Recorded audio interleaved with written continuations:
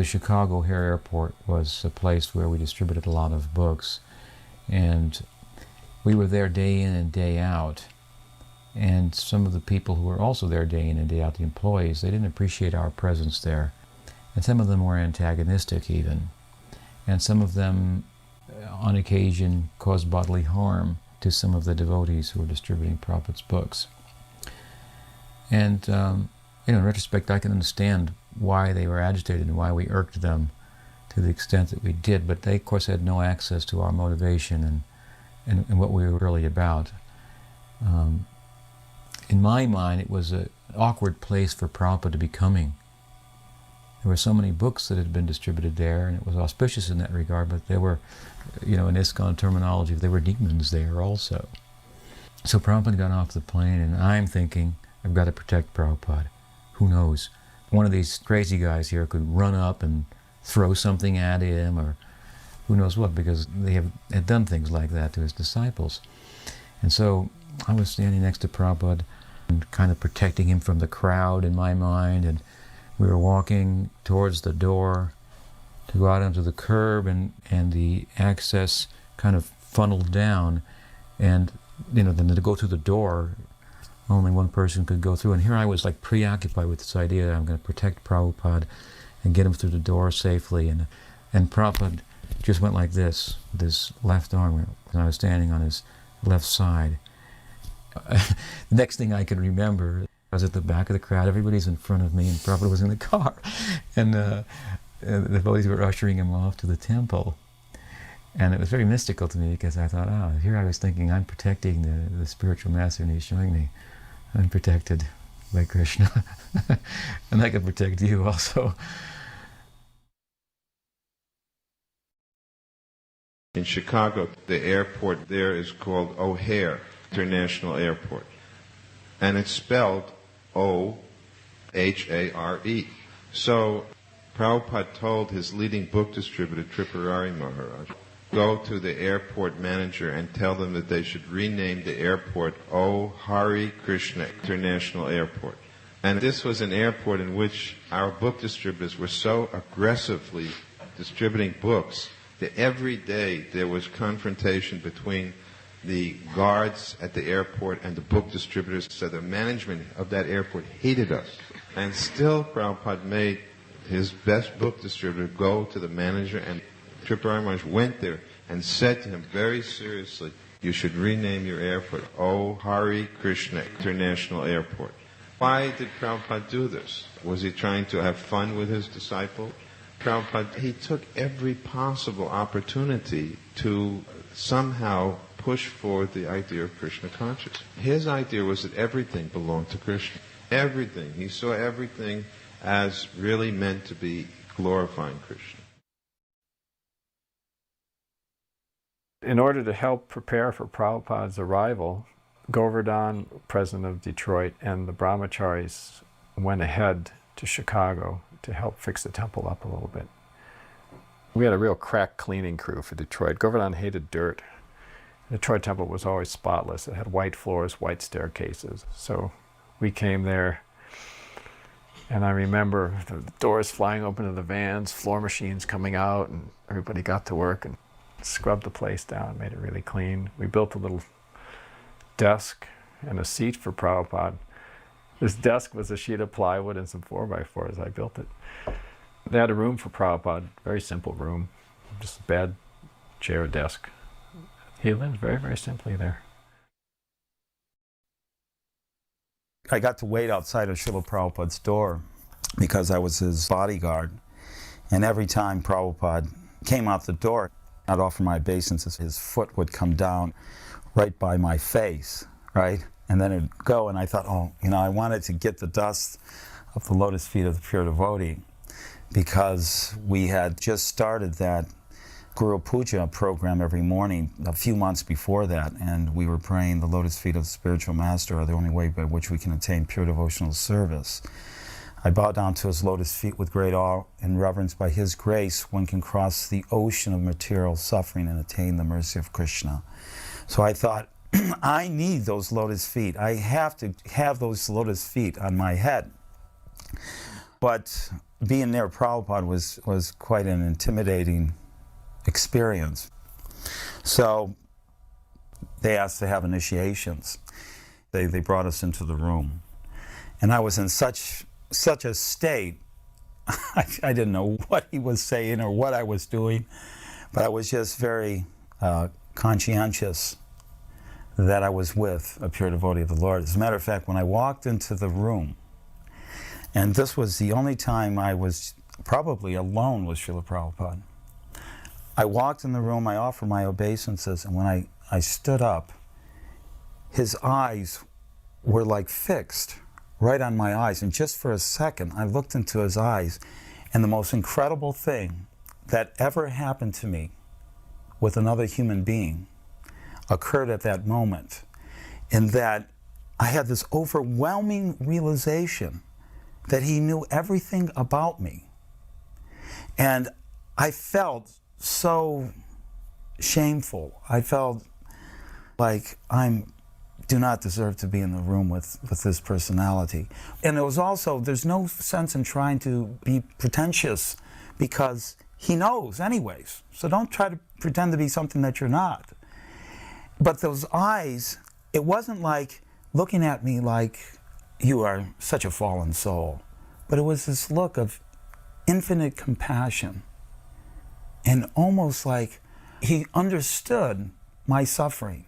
And all of this happened just like in a megasecond.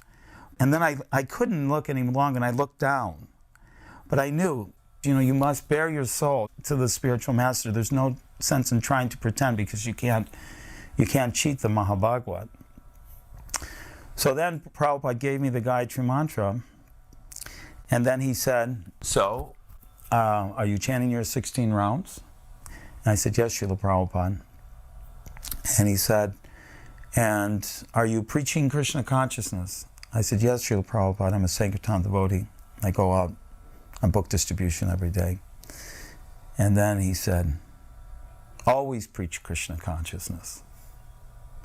And I said, thank you, Srila Prabhupada. And he said, okay. And then I said, I had to muster up all the courage that I had within my being, because I was thinking of those lotus feet.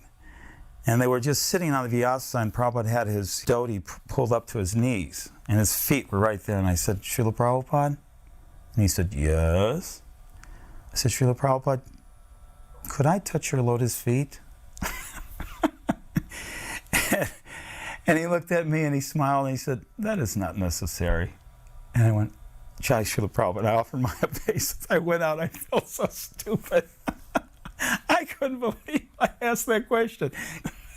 It was so trite, So I went out and I told Sir and Vaish was there and Pragosh, and they all cracked up and they said, Uday, you are such a nerd. Can't believe you did that. The first temple in Chicago was on Halsted Street. It was a storefront, and that was run by first Rudra Das and his wife, and then later Bahulasva. That temple closed. At that time I was temple president in Cleveland, and Bhagavan decided to centralize his zone, so he closed the temple in Chicago and pulled all the different leaders back to Detroit for meetings to try to determine how things would be managed. And I kept saying, how can we neglect Chicago? Chicago is the biggest city in the zone. We can't close Chicago.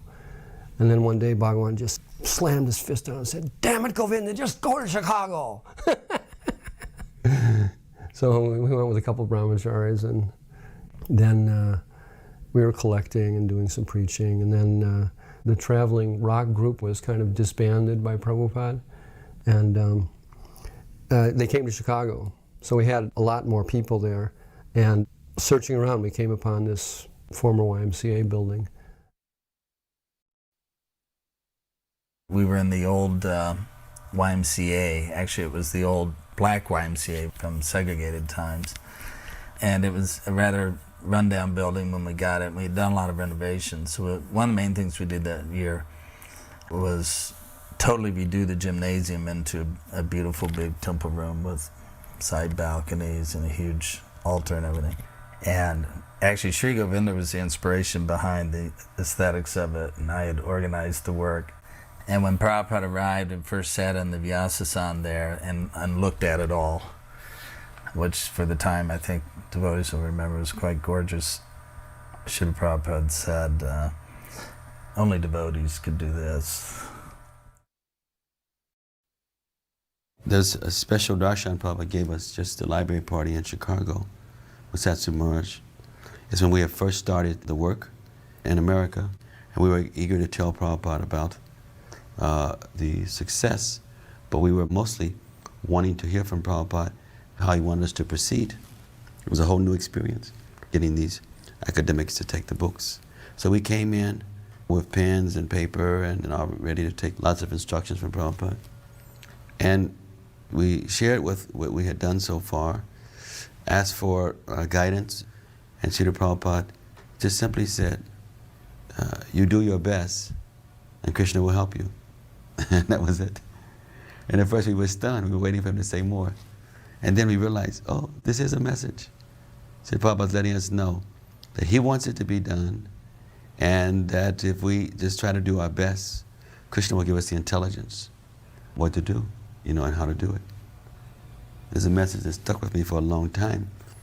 When I'm dealing with complex situations, I realize that it doesn't really have to be approached in such a complex way, that somehow if we can just do our best, then Krishna will compensate.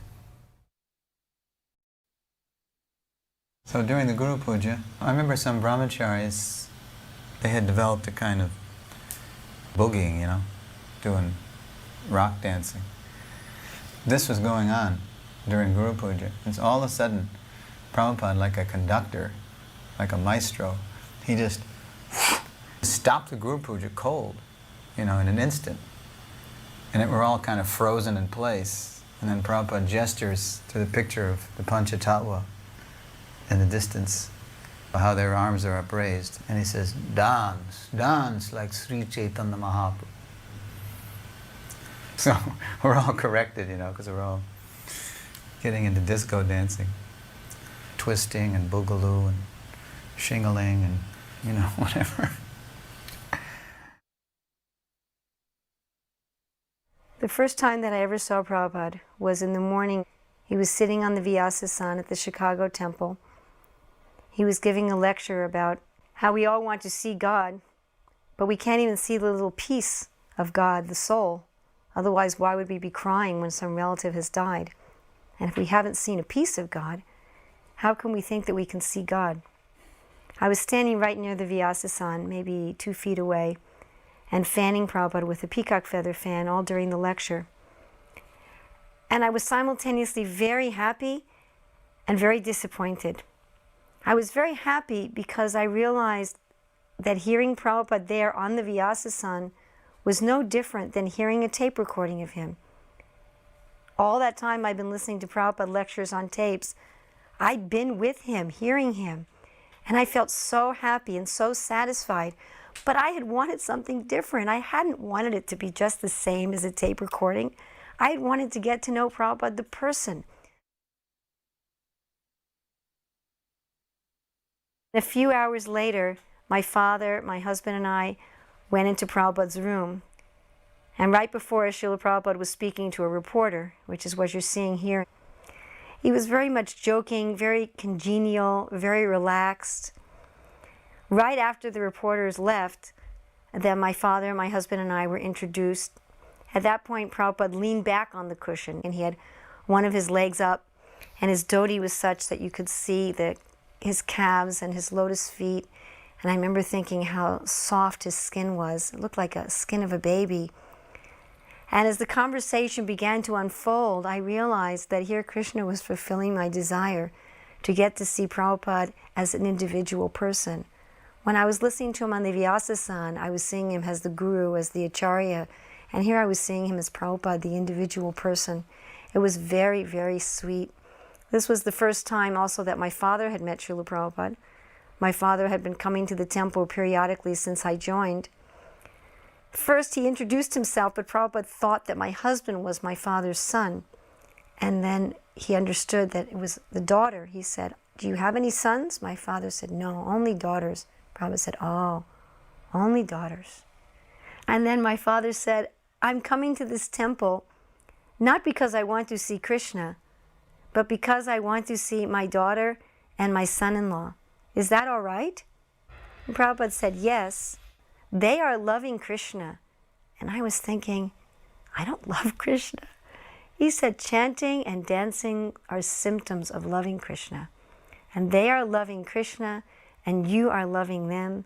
So two things that are equal to the same thing are equal to each other. Then my father said, but I'm a Jew, and is it really all right that I come to the temple even though I'm Jewish? Prabhupada said, yes. There can be many planes going to Chicago, but they have to know they are going to Chicago. Otherwise, what is the meaning of many planes? So there can be many religions, but they have to know what is the goal. The goal is to know God and to love Him. If you know that the goal is to know God and to love Him, then there can be many religions. After we walked out, my father turned to me and said, now I know why you've come to this Hare Krishna movement. That is a genuine holy man. After the Radha Damodar party, I went to the BBT library party, and we had the good fortune to have a darshan with Srila Prabhupada in Chicago. Mostly, of course, Satsrupa Maharaj, Mahabodhi, Ganesham. They had many points that they were taking up with Srila Prabhupada, and I was kind of sitting on the edge of things. But I had one question in my mind, and I waited for my chance. And then when there was a little lull, I raised my hand and Prabhupada called on me. My concern was often the professors wanted to know if these books will tell us about the ancient technology of Vedic India. Because at that time, a book had come out by Erich von Däniken called Chariot of the Gods. And there was reference in there to the Mahabharata and Puranas, that they were Bimanas or airplanes or flying saucers, whatever they were, described in these ancient Sanskrit texts. So I wanted to hear Prabhupada, what he would say about this. And I said, Srila Prabhupada, many times the professors I meet, they ask me about Vedic technology. And Prabhupada hardly let those words get out of my mouth before he rapped the table with his knuckles. And he just said very shortly, Vedic technology means Sri Guru Parampara. And that's all he said. But it was such a profound statement for me. It was an immediate instruction because, of course, I was asking the question impelled by all kinds of speculations going on in my mind. I had actually read that book, Chariot of the Gods, just to find out more what these professors were talking about. So my mind had been drifting in orbit. And Prabhupada just brought me right down to earth. Vedic technology means Sri Guru Parampara, and I've meditated on that. That's been a very important sutra in my life since that time. One thing is that you think about technology in the modern sense, and it's the motive force behind this Western civilization and the culture that is associated with that, which has really covered the earth. So technology is the dynamic force of civilization. We know that the Vedic civilization once covered the earth.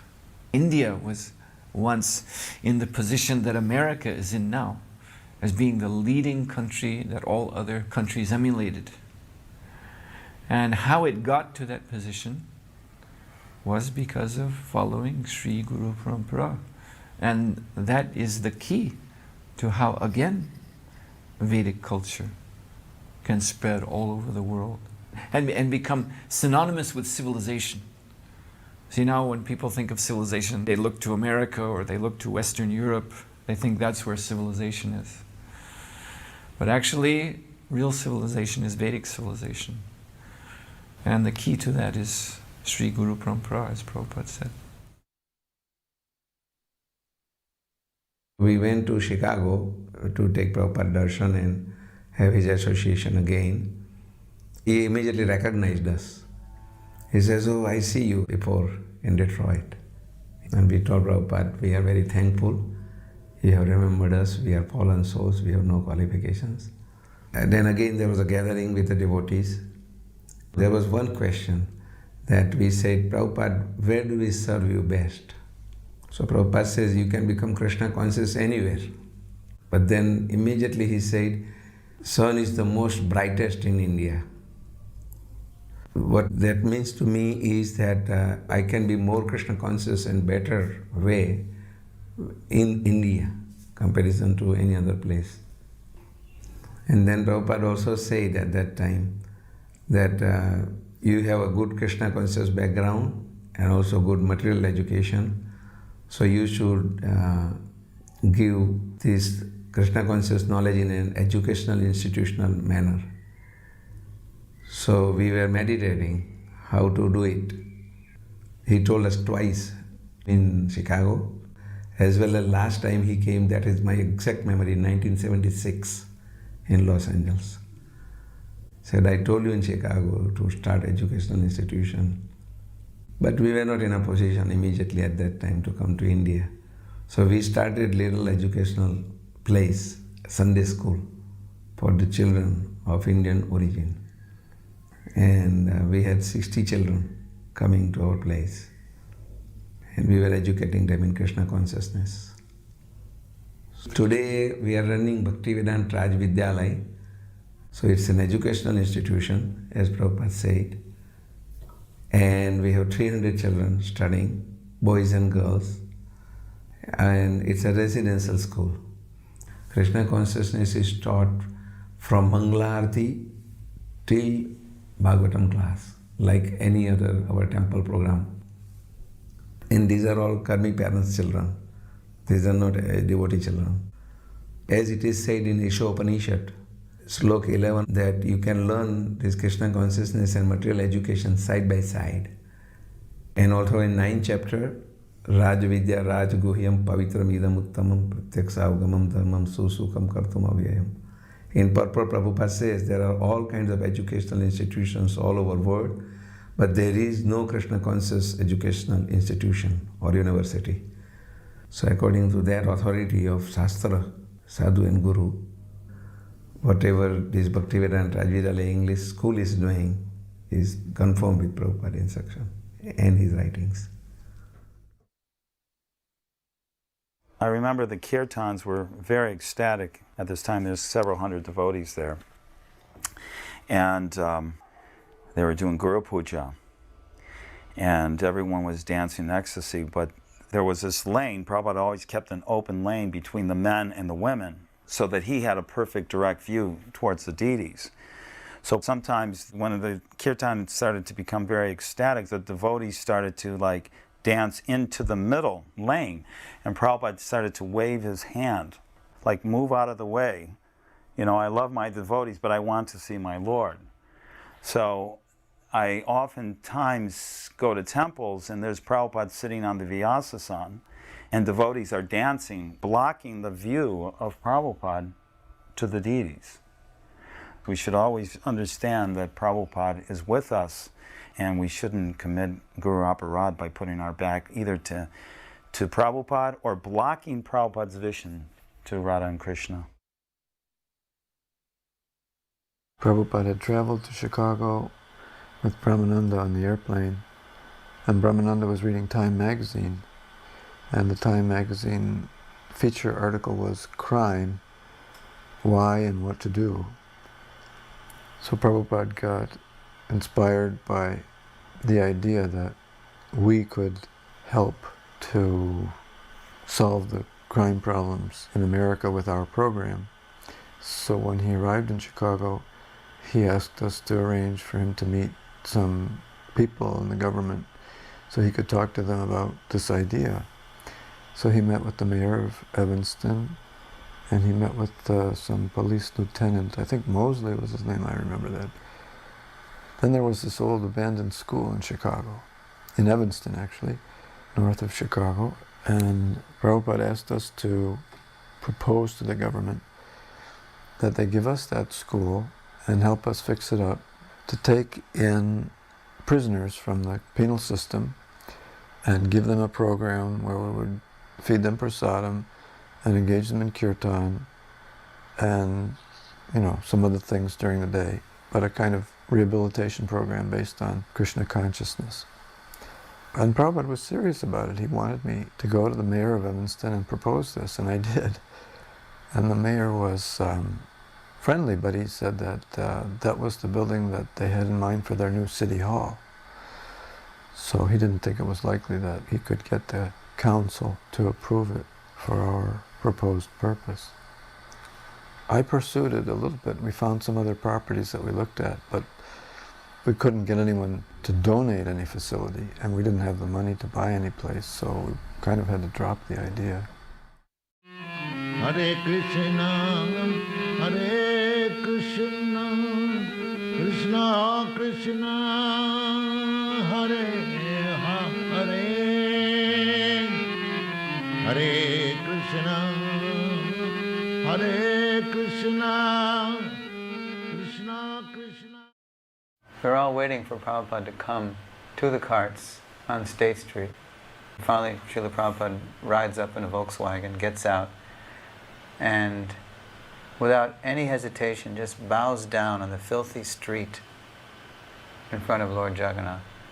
And that really struck me, because I had been thinking in my mind, I'm not going to bow down in this street. But Prabhupada didn't hesitate, he just bowed down right there in front of Lord Jagannath. And then he gets on the cart, and Prabhupada is riding on the cart below, and myself and a few others are riding up top. And we have the blissful engagement of throwing flowers and bags of prasadam, might have been peanuts and raisins, something like that, off into the throng as we're going down State Street toward the Civic Center. Then it occurred to me that Srila Prabhupada has come to Chicago now, and this is 81 years after the first Indian Swami had come to America, and that was Vivekananda, the famous Vivekananda who came and was preaching Daridra Narayan philosophy. At that time, Vivekananda, who had been invited by clergy for the World Parliament of Religions in 1893, he was saying, what is all this talk of God? I see so many gods loitering before me in the street. Daridra Narayan, poor Narayan, in other words, everybody's God. Mayavad.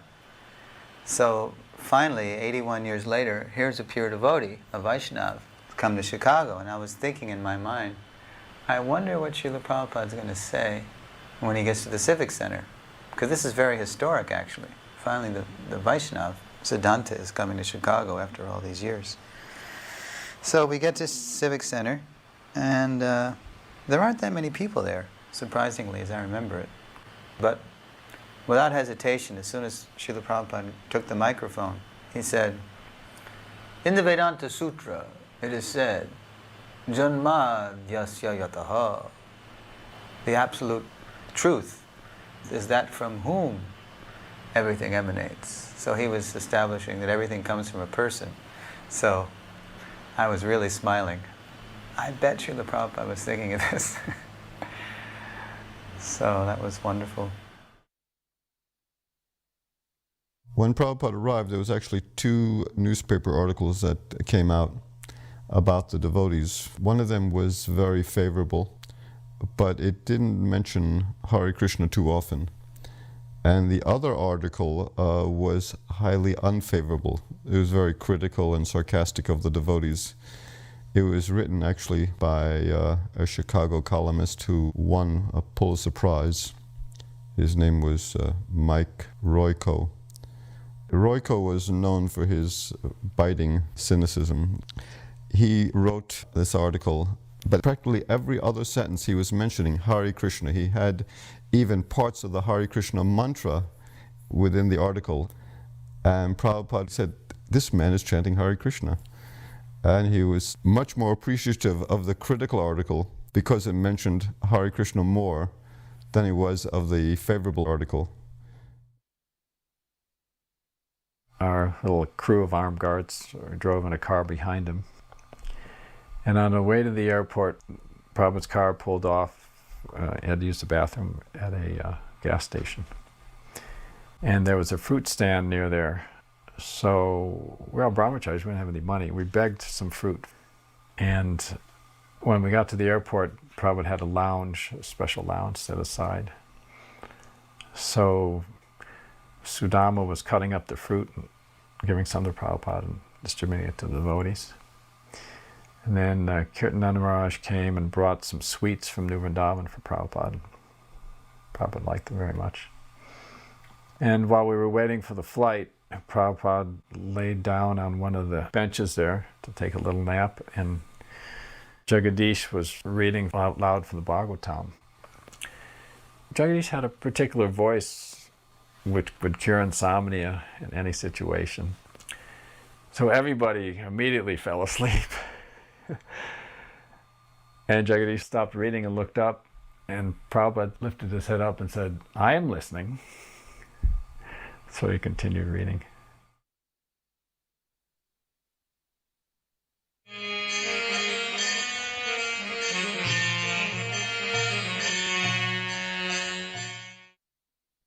I was accompanying Prabhupada as his typist, and we'd flown in from Hawaii, and we stopped in Chicago and San Francisco.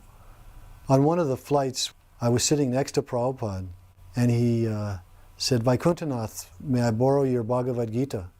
And I gave him my Bhagavad Gita, which of course was his Bhagavad Gita. And he opened it up and began to read it. But he took note of the fact that I had had it hard bound in India, and at that time there was a gold embosser who would print the devotee's name on the cover. So it had a big Vaikuntanath and Saradia, which came out much larger than I had expected.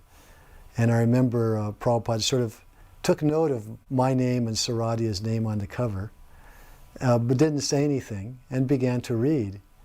And I remember I was a little embarrassed. I said, "What is my name doing on there? That's Prabhupada's book." and Prabhupada sat there and read his Bhagavad Gita for some time, and then went back to chanting japa. Prabhupada would either read or chant, or maybe talk a little on the airplane. But mostly he was just absorbed in chanting. We were traveling with Srila Prabhupada, and of course on the flight we were trying to get some shots, as you see here. The most memorable part of that trip was getting off the plane. I was walking behind Srila Prabhupada, going from the plane to the terminal. You could hear the kirtan, but you couldn't see the devotees till we came around the bend and then saw literally devotee upon devotees stacked on top of each other. Big beaming smiles on devotees' faces, but that's all you could see. You couldn't see beyond that. It was a solid wall of devotees. What an arrival.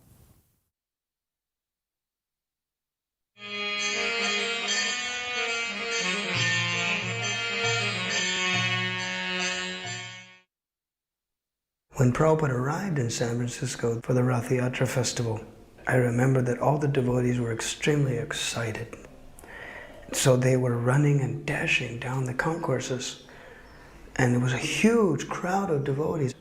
And I remember Tulsidas turned around and yelled at us all that, "Why don't you act dignified, we're in an airport, behave yourselves." Then when Prabhupada came, I remember there was a big array of sannyasis that were surrounding Srila Prabhupada, and all the devotees were chanting and kirtan. And me and a godbrother named Sridhar Prabhu, he was one of the original Vijay raiders on Radha Damodar party, very Brahmanically minded. And so he was standing with me, and he was thinking, is there any hope that we will be able to get close to Srila Prabhupada at all? Look at the hundreds of devotees, what is our chance? And all of a sudden, we got out of the terminal building, and Srila Prabhupada was standing on the walk of the sidewalk waiting for the car to come by to pick him up. And somehow or another, we were jostled and shoved by the crowd, and all of a sudden we were right there, me and Sridhar, practically behind Srila Prabhupada's shoes. So I was like gasping for breath. And we offered obeisances at his feet, and I asked Sridhar, I said, "Should I touch them?" What would happen if I touched Srila Prabhupada's foot? I thought. And I reached my index finger forward very gingerly and I touched the back of his shoe. And I pulled it away like it was going to be electric shock or something like that. Such a shy boy. Wasn't even 18 at the time. I didn't even disturb him. He didn't even look at me or didn't even notice it. We were just so scared. It was the first time I saw Srila Prabhupada.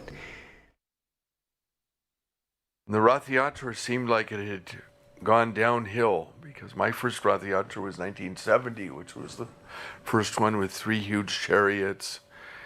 And that was a huge festival. And then 71 became smaller. And 72 it was smaller. And 73 it was still smaller. And Srila Prabhupada hadn't come. And then in April of 1974, I was sent to San Francisco to serve as the temple president. And at that time, Madhuvisa had come to get a new visa for Australia. And of course, Jayananda was in San Francisco. And Madhuvisa was very encouraging to expand the Rath Yatra, turn it into a wonderful festival with a fair-like atmosphere and a real chance to broaden the preaching of Krishna consciousness. So he was a big inspiration. And of course, Jayananda was there and was very eager to do the practical work. Due to those two people's inspiration, we started trying to visualize how Rath Yatra could be expanded and improved, and how we could get Srila Prabhupada to come back again. So we got the idea to make not just the parade, but to have a fair at the end of the parade where we'd exhibit all aspects of Krishna consciousness, from deity worship and prasadam and books, and also try to turn the festival into something that was economically viable, not just a huge expenditure, and try to find ways to promote the Rath Yatra to the public in new ways. I hired a professional public relations firm, a man named Reed Turner, and I think we paid $2,000 to him to help promote and publicize the Rath Yatra. Maybe that was the best thing I ever did, because the amount of publicity this man got for free through public service radio and donations of billboards and donations of space on all the trains and buses. It was just phenomenal. But as a result that year, a huge amount of people came to the festival. Of course, Srila Prabhupada came. He wasn't in the United States hardly at all in those years. He's coming once a year for a few weeks touring. So most of the disciples hardly got to see him. So I'll never forget, in 74, roughly 1,000 disciples came from all over the United States to greet Srila Prabhupada. I remember on the morning of the Rath Yatra, it was cold, and it was damp, and it was foggy. And we got out to the Golden Gate Park, and it was nobody there. And my heart was pounding, and my head was spinning. I'm thinking, Lord, we've spent all this money, this huge effort to make this a nice festival, and now you're giving us this miserable weather. And I remember Srila Prabhupada arriving, and when he got on the chariot, he sat on Subhadra's chariot, and when he touched the Vyasasan, that moment the sun burst out, and all the fog was gone, and all of a sudden thousands of people, it's like they came out of the trees and the bushes, and this ecstatic kirtan started. It was so miraculous. It was just like an effulgence came off of him that dissipated the darkness. And this Krishna consciousness movement is meant for educating people in this great science. So, we have published already about 20 books, 400 pages each, to elaborate the science of Krishna consciousness. So, the scientists, the philosophers, they can also understand by reading our book. In San Francisco, when Bhaktidas was president up there, he organized a special worship program for Prabhupada to raise funds. It was auctioned off. These different services, like bathing his feet with milk or water or honey. temple presidents could bid. And whoever bid the most got to do that service for Prabhupada, and at the end all the money would be given to Prabhupada as a donation. So at that time I had a little bit of money from an inheritance, small inheritance. And one especially I wanted to win was bathing his feet with honey, because I thought that one would take longer, so I would be able to get more time serving Prabhupada, touching his feet, than the other substances. So I won that one, and while I was pouring the honey over Prabhupada's feet and trying to stretch it out as long as possible, and Prabhupada said, hurry up. So I had to go faster.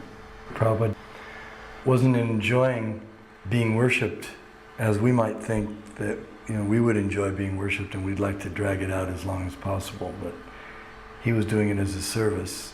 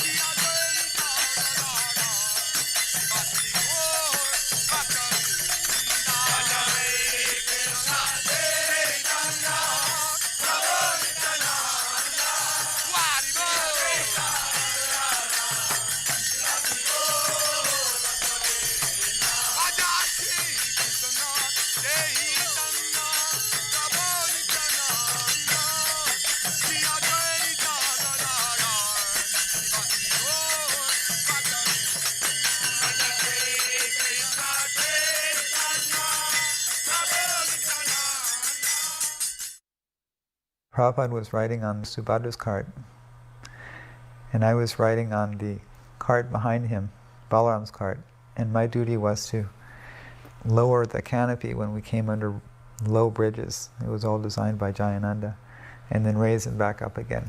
And it took like 3 or 4 guys to do it. So at one point we were riding along in the parade. There was no bridges coming or anything. And Prabhupada was on the cart in front of me. He was looking out over the thousands of people that had come for the parade. And it was all quite a scene. And at one point I felt that Prabhupada was looking at me. Even though he was so far away, I somehow there felt that he was looking directly at me. And when that happened, I felt that he could see not only my person, but he could see directly into my soul. And he could see everything about me, my desires, whatever there was to see in my soul.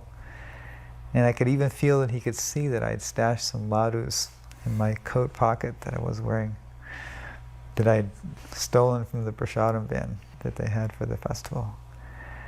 And at that moment, I actually waved to him with my right hand, and Prabhupada immediately waved back as if to confirm that yes, I'm seeing you, I'm looking. Prabhupada had that way of communicating. Even though we were so far away, he could reciprocate in such a positive way.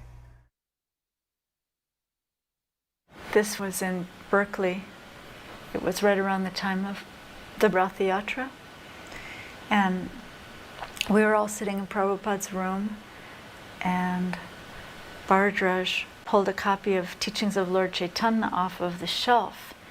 And he said, Prabhupada, usually we see Lord Chaitanya depicted as having very long hair. And Prabhupada said, yes, Chaitanya Mahaprabhu, he was hippie. And so he said, yes, Chaitanya Mahaprabhu, he was hippie. And everyone just really started to laugh because he was just detecting the mentality of the question. And he said, therefore he has come to save you. He was hippie, so he has come to save you. But because of his Bengali accent, it was difficult to understand whether he was saying save you. The S is slightly SH in Bengali pronunciation, so people were thinking, well, is he saying save you or is he saying shave you? And so Prabhupada immediately picked up on that, and he said, yes, he has come to save you and shave you. Chaitanya Mahaprabhu has come to save you and shave you. And he kept repeating it. It was so funny. Lord Jagannath is the Lord of the universe, and that's what his name means. Rath Yatra is about dragging him off his throne. Sometimes the ropes that pull the chariot are compared to the hearts of the gopis, because he's being pulled by their affection and the affection of the inhabitants of Vrindavan from his lordly status in Dwarka, where he appears four-handed and so forth, down to become accessible to the common people. And it can't get any more common than cowherds, villagers, unsophisticated, uneducated people. So they're dragging him down off the throne, and in doing so, they're making him accessible to the common people. And Jagannath is becoming accessible during the Rath Yatra. You can't go in unless you're of a certain birth, and besides that, you can't go and touch him and serve him directly. But during a Rath Yatra, anyone can serve him. Even ordinary people will sometimes be brought up onto the cart and allowed to embrace Balaram or Jagannath. So it's very much the case that Prabhupada, as an inhabitant of Vrindavan, was bringing the Lord of the universe out beyond the wildest expectations. I mean, even the people of Jagannath Puri, who acknowledge, just as his data come out and give association of the people, couldn't imagine that he would appear on the other side of the ocean, giving darshan to people who didn't even know what it was about. And as you could see in the film, so many people came, so many common people from all over San Francisco used to gather in those days. And just wondering, probably just wondering, how this is all happening to me. Why this is happening. So unassuming. Why me? I don't know, but I have to honor it, it's happening. That was his mood.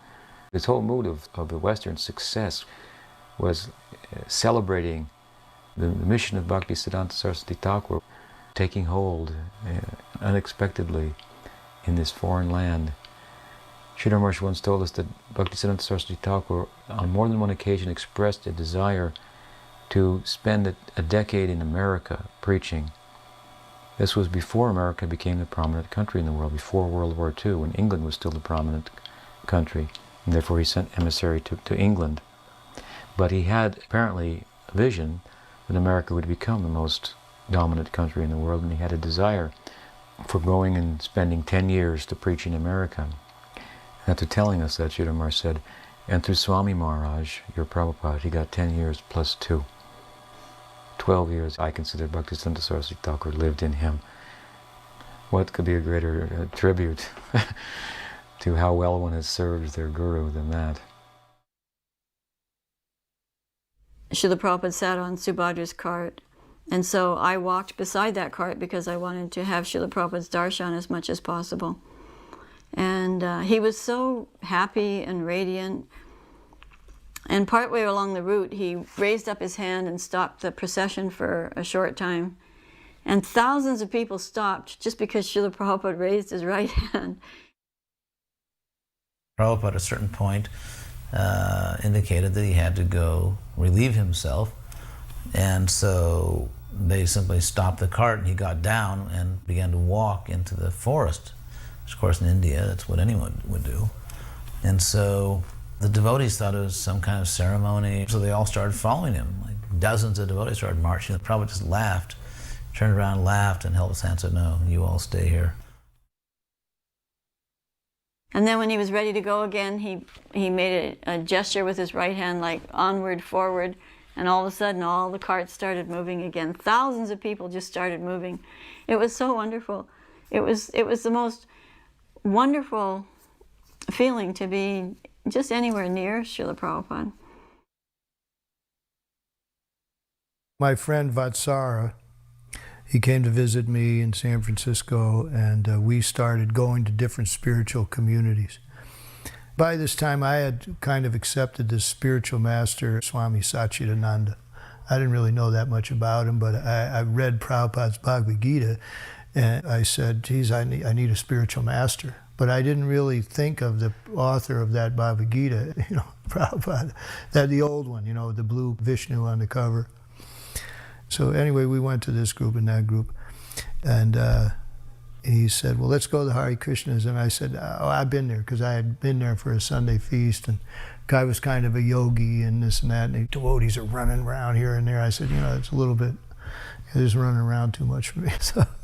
So you go ahead. So he went, and he spent the whole day there. And he came back, and he talked about, God, I went there, I met this guy, the garbage man. And he was just so far out. He told me all this stuff, and he was just going on and on and on.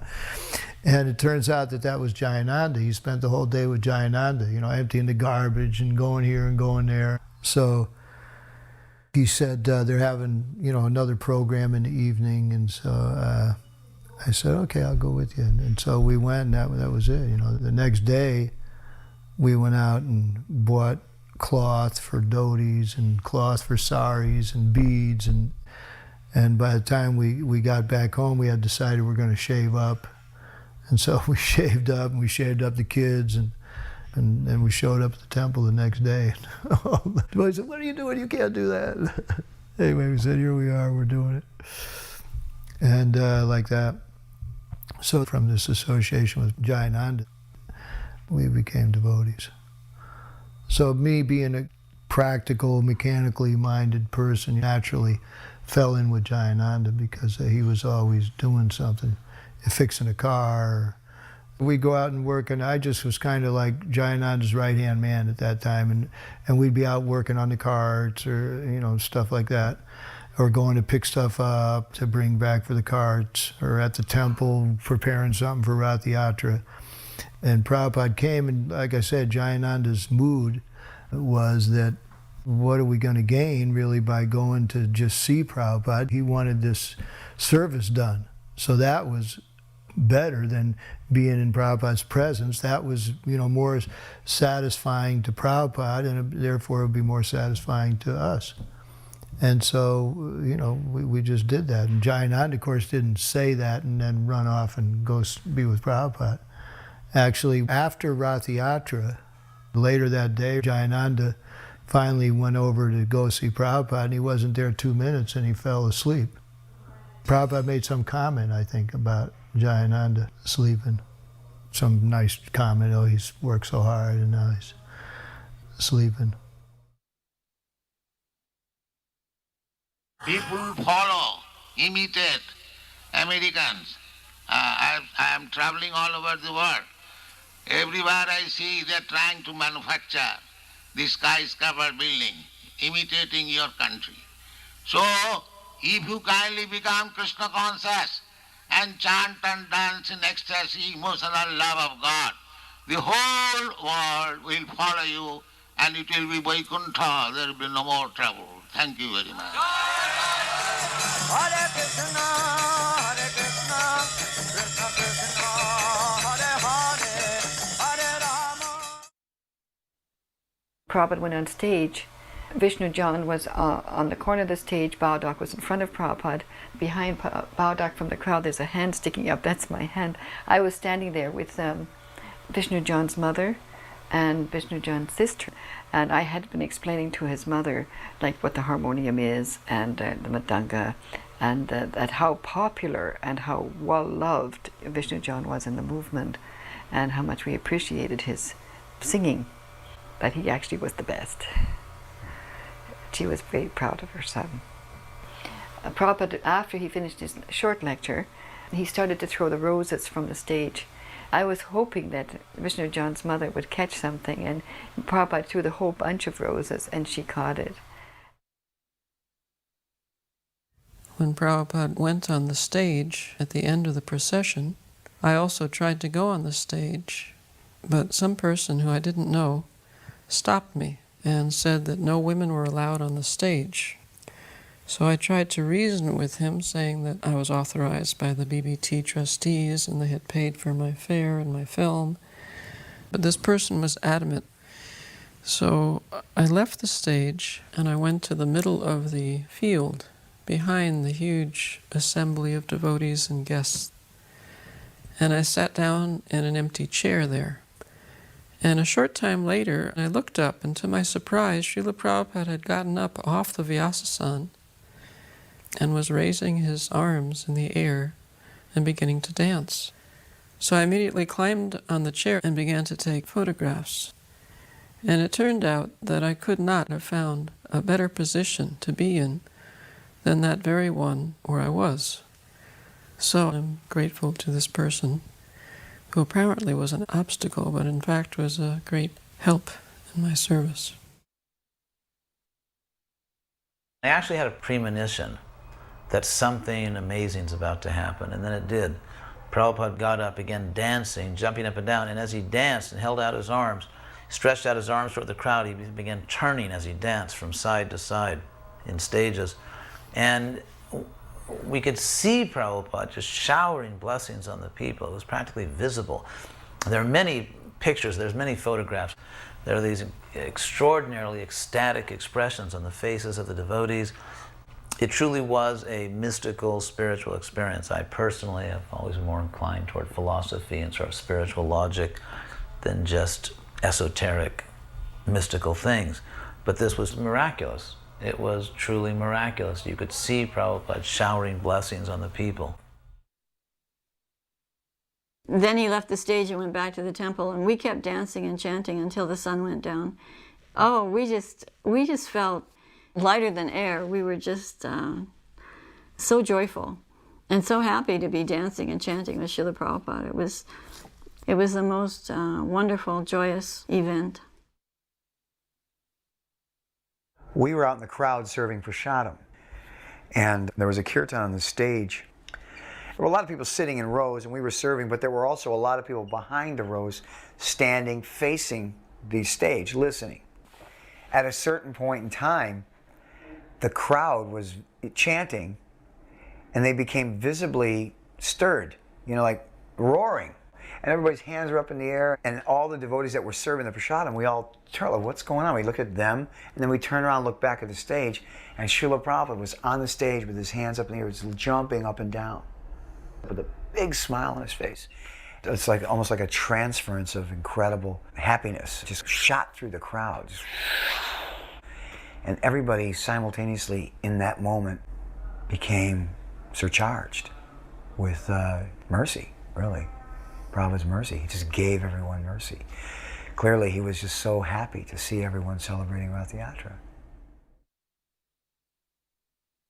This is a Bhagavad Gita dance. Krishna is played by Sadarupa, Arjuna by Anasuya, and the sage by Jambavati.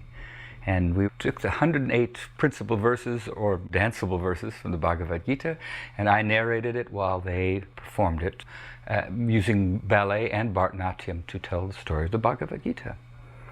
And Prabhupada saw this in the Los Angeles temple, liked it very much, so we did perform it in India in 1975 and 1977. And he also liked the system of having a narrator speaking and the actors or dancers just acting it out. He said that way you can go any country in the world and just have the narration in whatever language the people understand, and the performers can act out the dance. He very much encouraged us in this utilizing fine arts for spreading Krishna consciousness. And one morning walk, he said, yes, if whoever's an artist, let them dance only, let them paint only, let them, whatever their art is, they should do that for Krishna.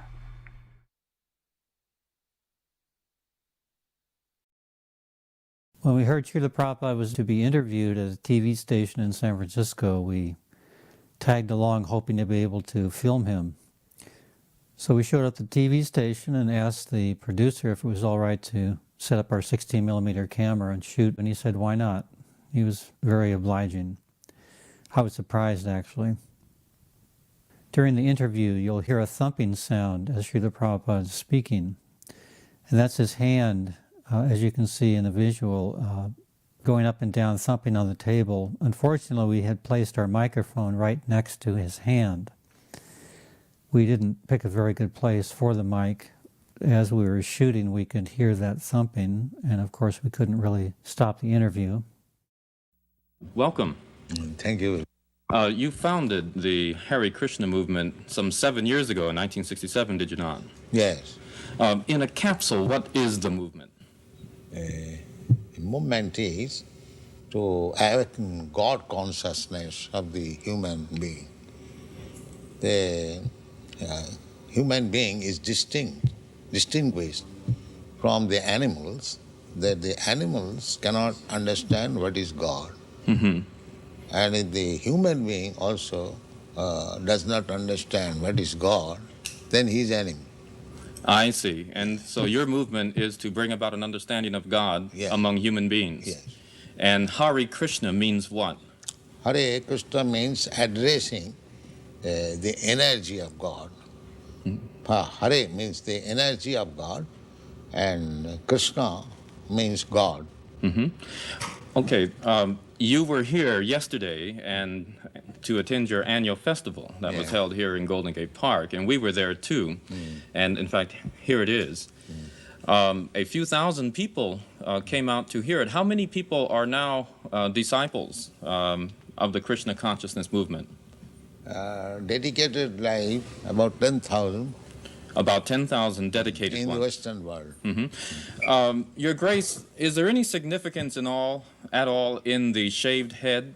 Why are heads shaved? We keep ourselves very clean, that's all. Oh, it's just a cleanliness thing? Yes. Is there any significance in the color of the robes? At least at the present moment, people think that by keeping long hair, it becomes very beautiful. I see. Yes. So we are against it. Mm-hmm. Just as simple as that. Is there any significance in the yellow robes? Yellow robe is the dress, those who are dedicated. Mm-hmm. Yes. It could very well have been a blue robe. It's something that was arrived at. This saffron.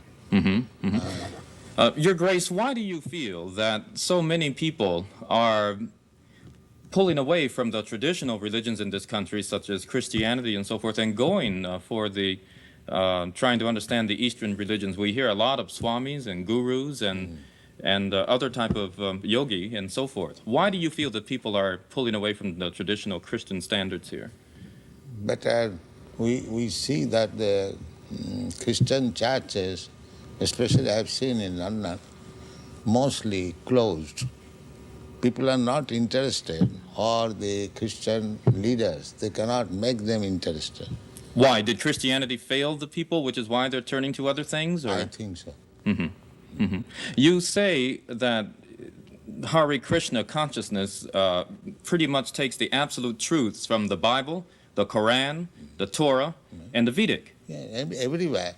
Everywhere. Religion means to understand God.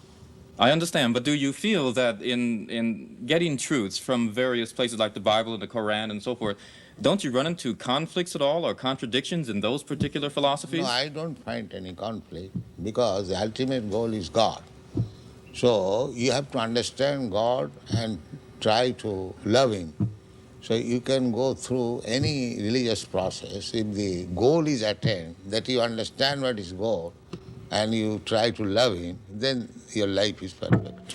Why do we see so many of your followers chanting almost all the time? Chanting means to keep association with God always. So you have to audibly chant Hare Krishna? Yes. This is transcendental vibration.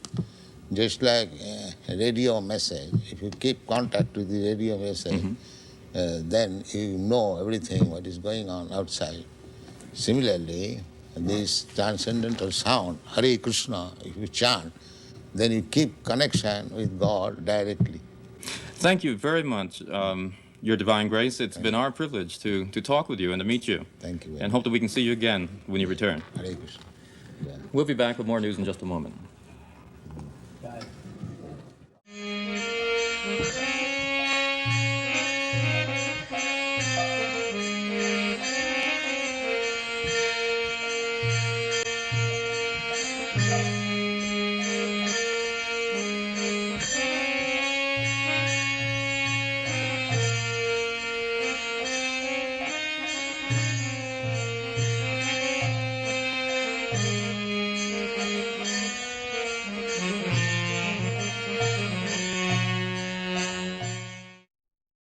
Rath Yatra, 1974, London. In one way it was very different to most Rath Yatras because there were 3 palanquins instead of what we'd previously had, one large chariot. There was some problem in the 1973 Rath Yatra with health and safety. So we had these 3 palanquins, which in one sense it was a little disappointing because 1973 Rath Yatra was such an exceptional occurrence because Srila Prabhupada had come to that Rath Yatra and he danced all the way from Marble Arch, down Park Avenue, right down to Trafalgar Square. And I'm talking dancing here, arms raised, jumping up and down. To watch Prabhupada doing that was just the most amazing spectacle you could ever see. It was truly wonderful. So 1974 wasn't quite of that caliber in that we didn't have the large cart. We had the 3 palanquins which were carried shoulder height, and Srila Prabhupada wasn't there. But it was very ecstatic because it was Rath Yatra and Lord Jagannath was out wandering in the streets of London. We took the same route so we could remember when Prabhupada was with us, which was really nice. And of course the kirtan was ecstatic. You can see in the video Ribhatinandan Swami is leading some fantastic kirtan as he'd been doing in the 73 one when Prabhupada was dancing. So in that way, some really wonderful memories. That's me in the blue sari with the yellow cardigan, just to prove I was there. And look, hair beautifully tied back. I've had the same hairstyle for almost 40 years now. Because that's what Prabhupada wanted, and that's what we've done. We've always tried to do what Prabhupada wanted.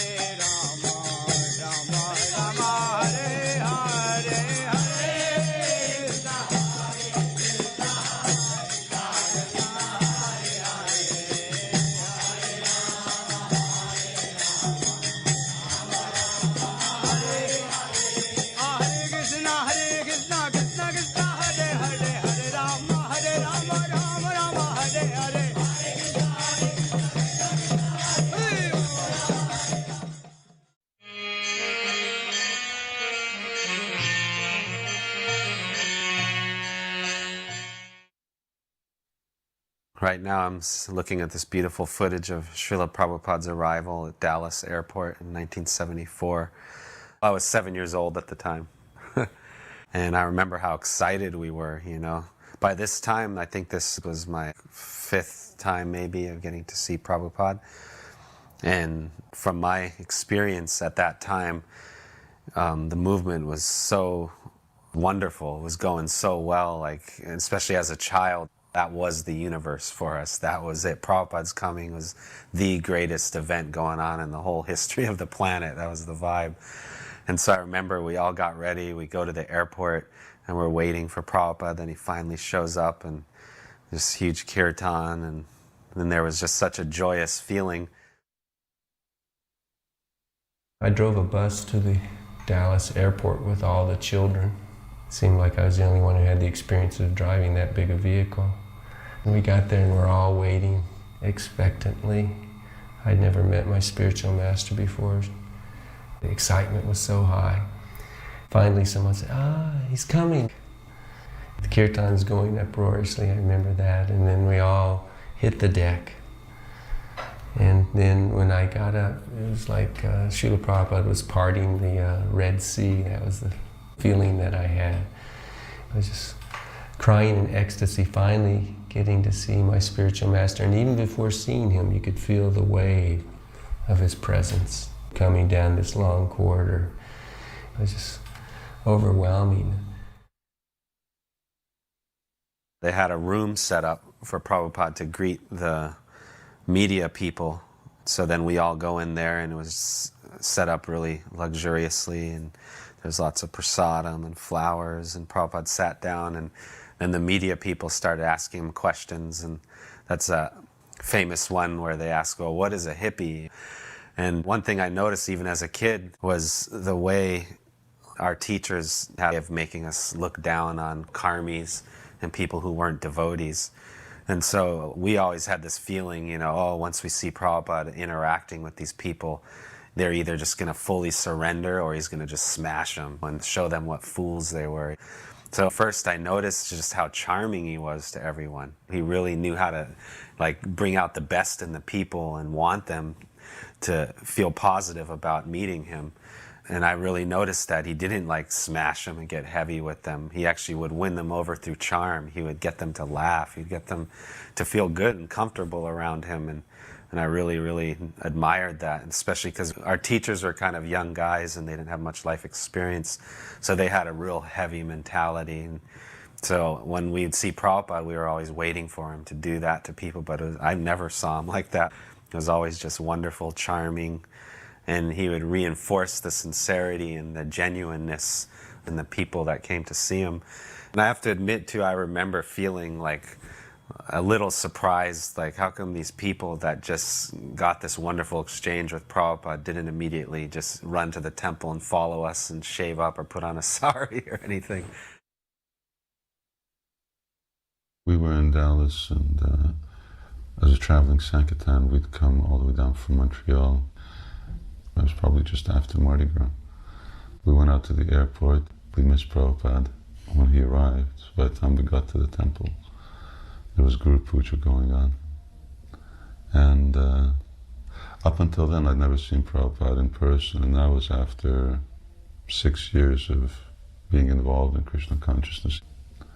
And when I saw Prabhupada, I just related to him as a moving picture of Prabhupada. He looked like Prabhupada, the picture who was moving. And that was my impression at that time, that Prabhupada was actually not different in this picture. There was a discussion, Prabhupada was talking about Vedanta, and he was saying that the Mayavadis couldn't understand Vedanta, and then he began to question us, why couldn't they understand? He was specifically mentioning Ramakrishna and other famous Mayavadis, and he said, why couldn't he understand? And so then Brahmananda replied, Nahang Prakasha Sarvasya Yogamaya, that verse from Bhagavad Gita, and Prabhupada wasn't satisfied with that answer. And then someone else gave another answer, but he wasn't satisfied with that either. Then finally, Dayananda sat bolt upright, and he said, they cannot understand because they haven't got Bhakti Vedanta. So Prabhupada smiled and said, here is the answer. And it was such a nice answer on two levels. One, that they didn't have Prabhupada, and on the other level, they didn't have any Bhakti. So how could they understand the end of truth? So Prabhupada was really happy with that answer, and I remember I kind of felt like all of us were slightly envious that Dayananda had come up with this fabulous answer. Bali Mardana came with his wife, and Prabhupada in private made some comments why he had given up sannyas for this particular lady, because she wasn't who she had been said to be, and she wasn't all that attractive. But Prabhupada received him very nicely, and he was just so encouraging. I thought that was very, very instructive, how somebody had some difficulty, but Srila Prabhupada never forgot the service that they had rendered. And his love for those who surrendered their lives to him and helped him. Certainly these special souls that helped him extensively in the early days. His gratitude was boundless. And as we heard later on in the 8th canto, that one may have difficulty in one ashram. The ashram wasn't the main thing. Wherever one would find strength, one should situate oneself in those circumstances so that one could continue in one's Krishna consciousness. The Dallas Temple was quite involved in studying Bhagavad Gita, and we would have a verse for the day, and that would be chanted before every part of the morning program. It would be chanted before the prasadam prayer. As a group, we would recite the verse, and the idea is that by the end of the day, pretty much you knew the verse. And in this way, we're quickly learning entire chapters of Bhagavad Gita. So we were quite proud of ourselves, and there used to be a prize if you could chant an entire chapter of Bhagavad Gita without making so many mistakes, you would get a Maha plate. And that was a really big deal. So when Srila Prabhupada came, we were very proud of our accomplishments. So we brought the entire temple in and all the children, and we started the recitation of Bhagavad Gita from chapter 1, verse 1. And I think by that time we could get through 10, 12 chapters in unison as a temple. It was a very ecstatic feeling to be chanting like that, but at the end Prabhupada just stopped us cold and he pointed to one of the children and said, "So what does this particular verse mean?" And of course we were not so expert in being able to give the meaning for the verse. And Prabhupada stressed upon us that as nice as it was that we were chanting the Bhagavad Gita in Sanskrit, it would actually be more important to know the meaning. Because I had some educational background, I was sent to Dallas. I had the unique situation of being drop-loaded as a new devotee into a situation as a teacher. So while I was taking care of the children, they actually taught me Krishna consciousness. They were my bhakta leaders. Their Krishna consciousness was completely genuine. So those principles that I learned from them, like full dependence on Krishna and turning to Krishna at every moment, are what has kept me in service to Srila Prabhupada's movement all these years. Well, I believe this is the first school, isn't it, in the United States to be established? Why was Dallas particularly chosen for the school? Is it Krishna's choice. Krishna's choice. He chose Dallas. Yes, we got a nice house and we accepted it. So it was Krishna's choice. Where does the Krishna National or the International Krishna Organization get its funds? From simply donations? They've been criticized occasionally for being very wealthy. Yeah, that is our reputation. Even in Indian Parliament, this question was raised. That these Hare Krishna people, fabulously rich, where they get money. Somebody suspected we are getting bribes from American government. The Krishna religion teaches that women are to be subservient to men always. Why? The Krishna religion teaches that women should be subservient, should be subordinate to men. He's asking why. Well, not should be, they are, by nature.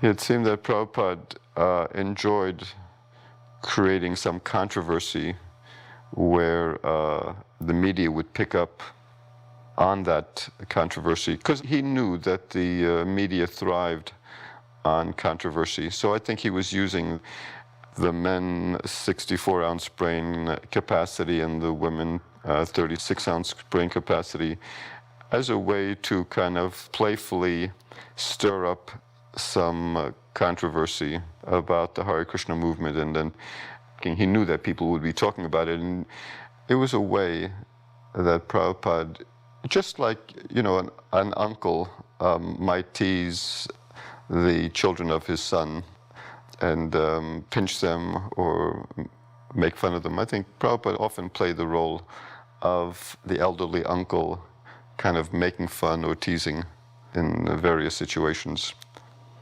But ultimately, before Prabhupada left Chicago, he did tell the devotees that the women who joined this movement are just as intelligent as the men are. One of Prabhupada's lectures there at the temple, someone asked, what is it like to be in the position you're in? It seemed like the question was addressed, you know, what is it like to be the guru? What is it like to be in your exalted position, have so many people worshiping you and so forth? He just said, I am never afraid. It was amazing. You could have heard a pin drop for about 30 seconds there. It was just completely quiet. So we greeted his car there. It was a very short distance from the curb of the street to the temple, but we greeted him, throwing flowers. And then he went into the temple and offered his respects to Radhakala Chandji. If he spent any time in the temple at all, he hardly said anything, very short. Glad to be here, glad to see the children again. And he went up into his room where he's passing out rasgullas. Everyone's sort of dispersing and going back to their respective places, the classroom or I was taking my son home. And all of a sudden, one of Prabhupada's servants came running through the building saying, Prabhupada wants to see all the children. It was such a terrific surprise. And, the mothers got their babies. He said, everybody, all the children. Because at first we were thinking it was just the school children. And we all came up and he said, Prabhupada has rasgullas for all the children. And so everyone started lining up. And Prabhupada gave a rasgulla to each child. The kids, all they've seen is pictures of Prabhupada. They've heard stories of Prabhupada. They learned the obeisances to Prabhupada. But here he was. And they were just awestruck. And my heart was so filled because having a child, I knew how he's reaching them on such a personal level. And he even asked for the babies. And Jagadish, he would say something about each child. Prabhupada, this is so-and-so, and he would say a thing about him. When I brought Ishwar Puri up, he said, and this is Ishwar Puri. He's Mandaleshwara's son. He's a rascal. And Prabhupada just laughed, and then he gave him the rasgulla. Then he dropped it. I picked it up and gave it back to him. And years later, we saw this footage, and Ish told me, he said, when I dropped that rasgulla, you picked it up for me. That's been the story of my life. I'm dropping Krishna consciousness, and you're always picking it up and giving it back to me. I specifically remember a meeting in which some of the teachers asked Prabhupada's advice about teaching. And at that time, I seem to remember there were kind of two camps. One camp really wanted to be very loving to the students. They somehow wanted to control the students through affection or through love. And then another camp of teachers wanted to be very strict with the students. And I remember very clearly that Prabhupada said that we needed to communicate affection to the students. I can't remember the precise words that Prabhupada used, but I remember very clearly getting the message from Prabhupada that the teacher needs to have real affection for the student, and he needs to be able to communicate that affection to the student. Otherwise, how will the student take what the teacher is giving? There may certainly be discipline, but this real affection coming from the teacher to the student has to be there. The other thing that happened before I arrived there was that Prabhupada had visited a couple of years prior to this visit, and he wrote a letter in which he said, if the students are beaten or if the stick is used on the students, he said, I'll use the stick on the teacher.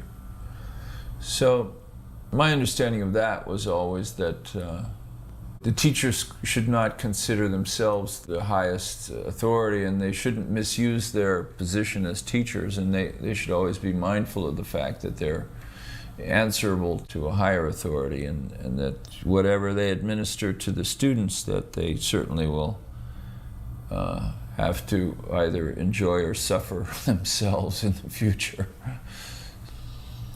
Also, what's prominent in my mind is that Prabhupada always loved children. He just, before, during, and after my Gurukula experience, I always remember Prabhupada being very affectionate to children and to anyone who was in the dependent situation.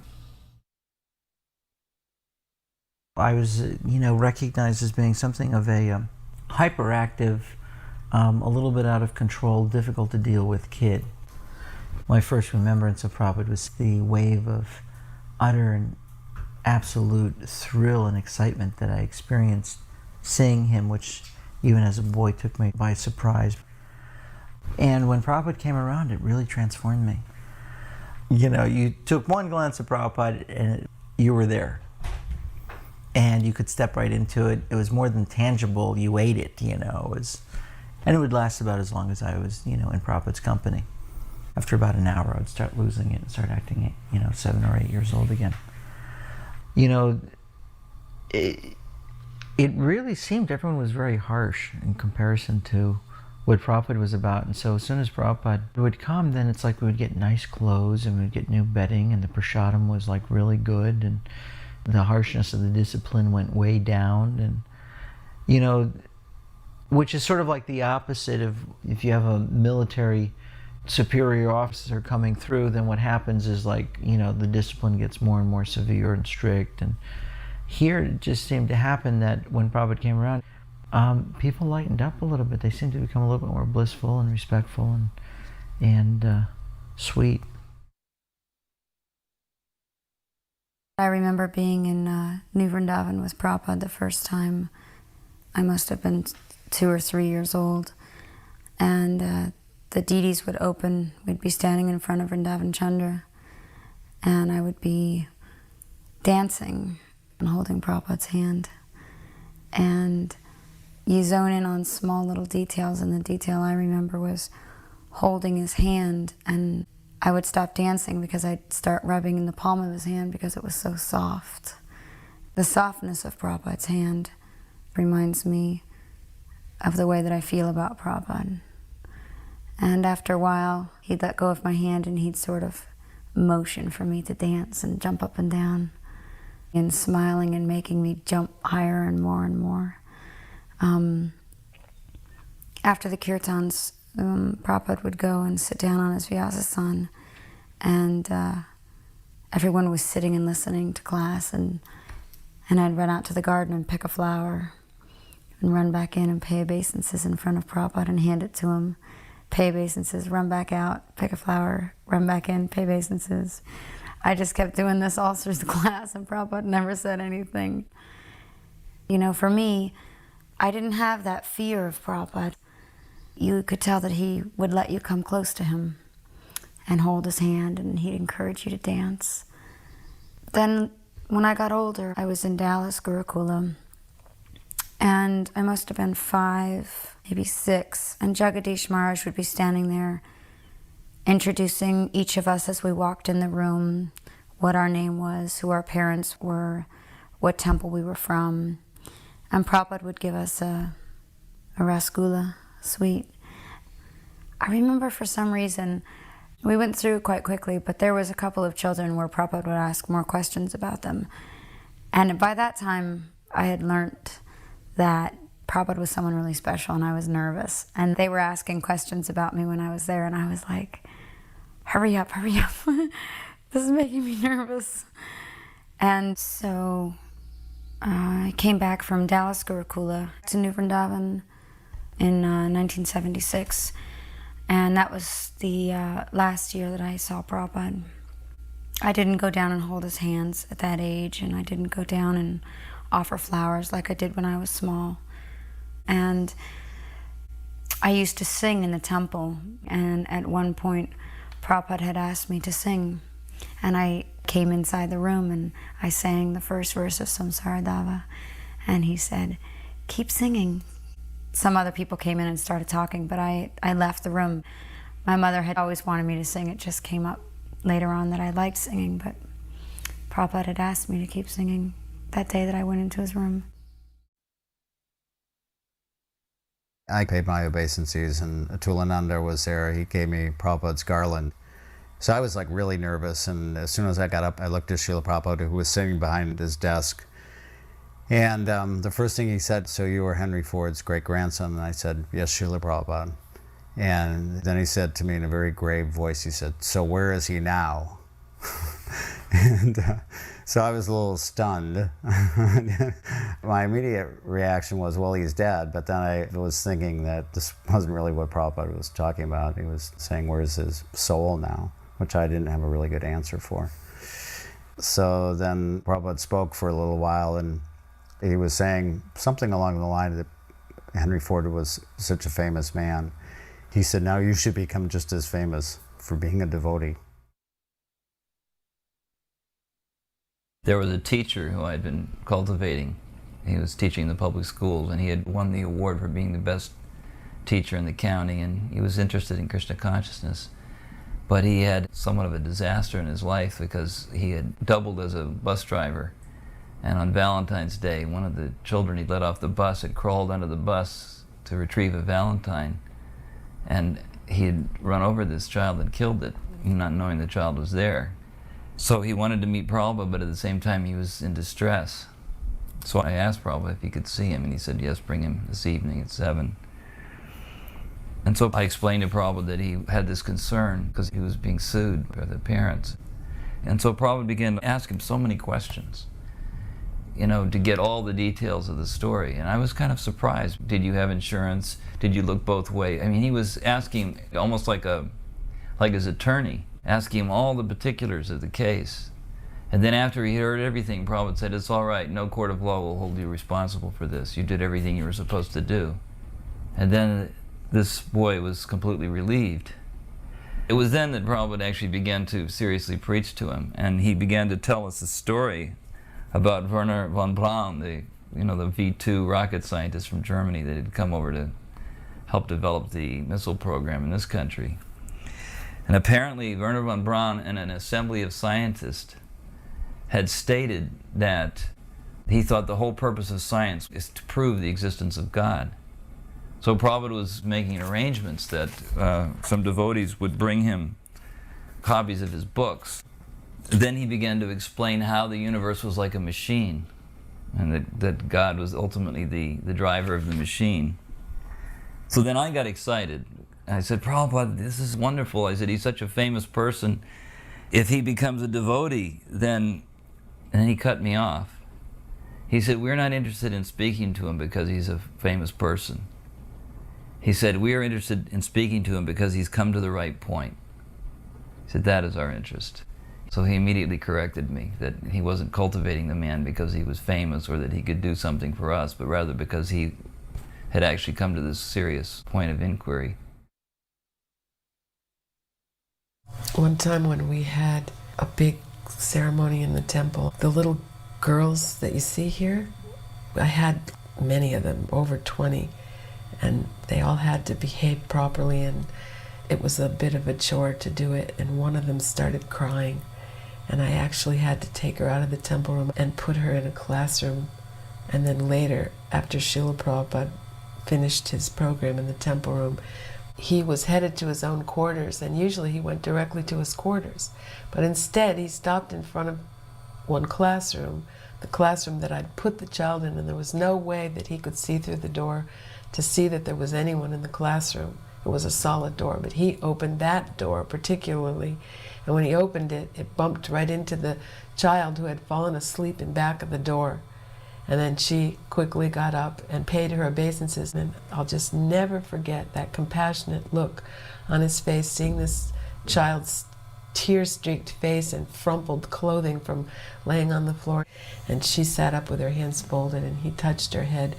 And that one gesture of Srila Prabhupada, giving love to this child who I'd had to have removed because of her behavior, taught me more than anything, because Srila Prabhupada was so warm and so personal.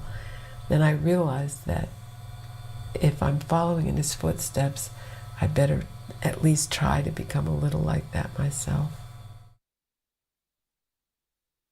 There was a garden off to the side of the temple that had been made quite a nice place with a little fountain and a lot of tulsi plants, and he used to have evening darshans out there, and the devotees would read from Krishna book.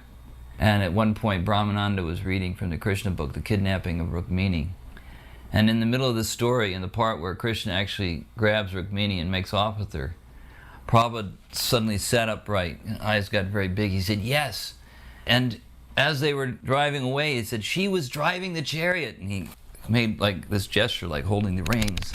She was driving the chariot, not that she was just some weak woman not able to do anything. She was actually driving the chariot. Because he got so excited about that, I went and looked it up in the Krishna book to see if there were any details like that, but there weren't any. So apparently he had some kind of inside track on this particular pastime.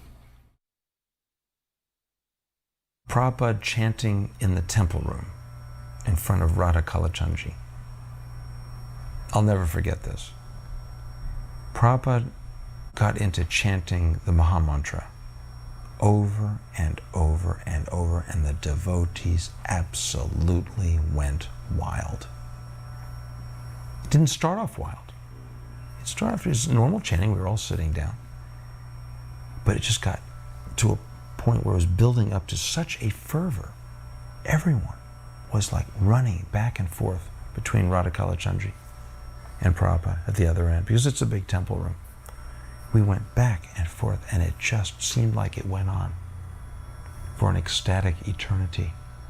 And then at one point I stopped and looked at Prabhupada chanting sort of over on the side so I wouldn't get, trampled, because it was a rather wild group. But I remember looking at Prabhupada, and I said, this is the whole reason he has come, simply to chant the holy names. And I just have this picture in my mind of Prabhupada chanting. I'd like to die with that picture.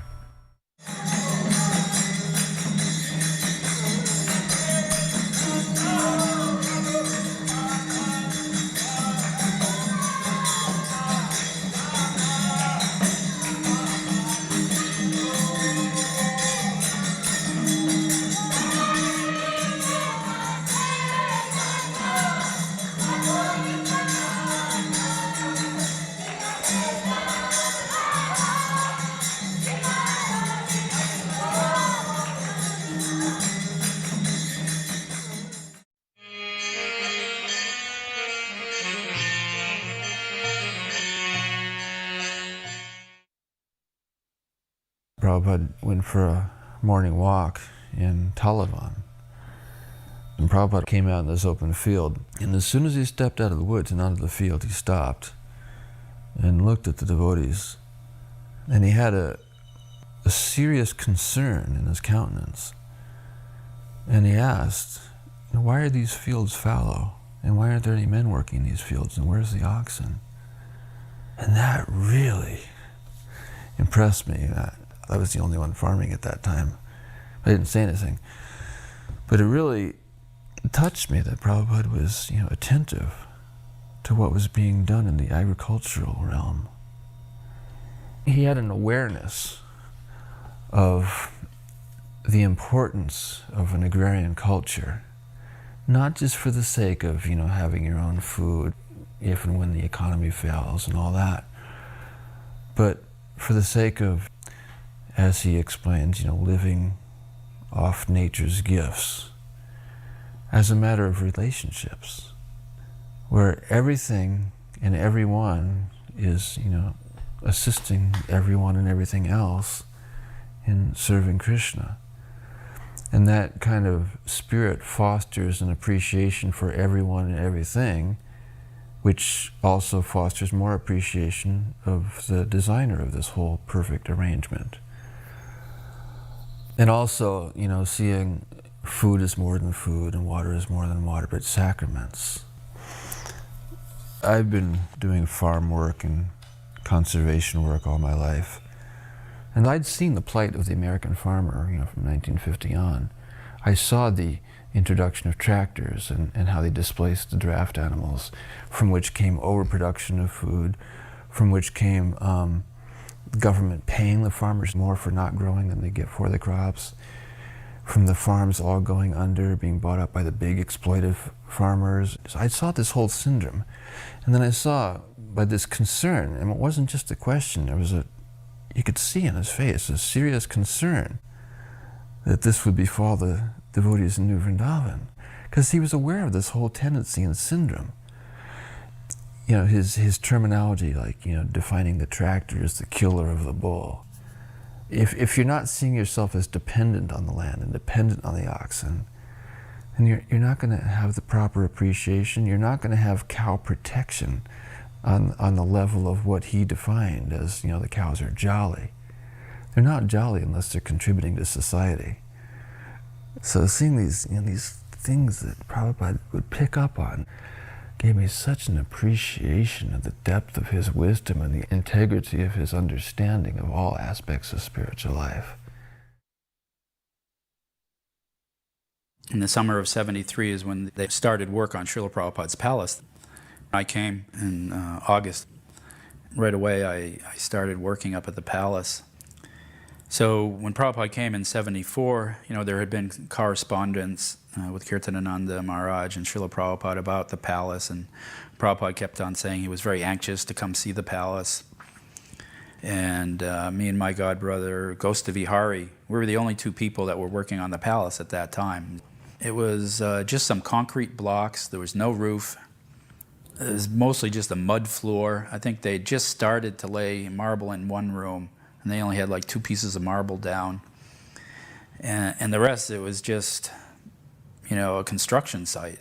Nothing at all really to look at.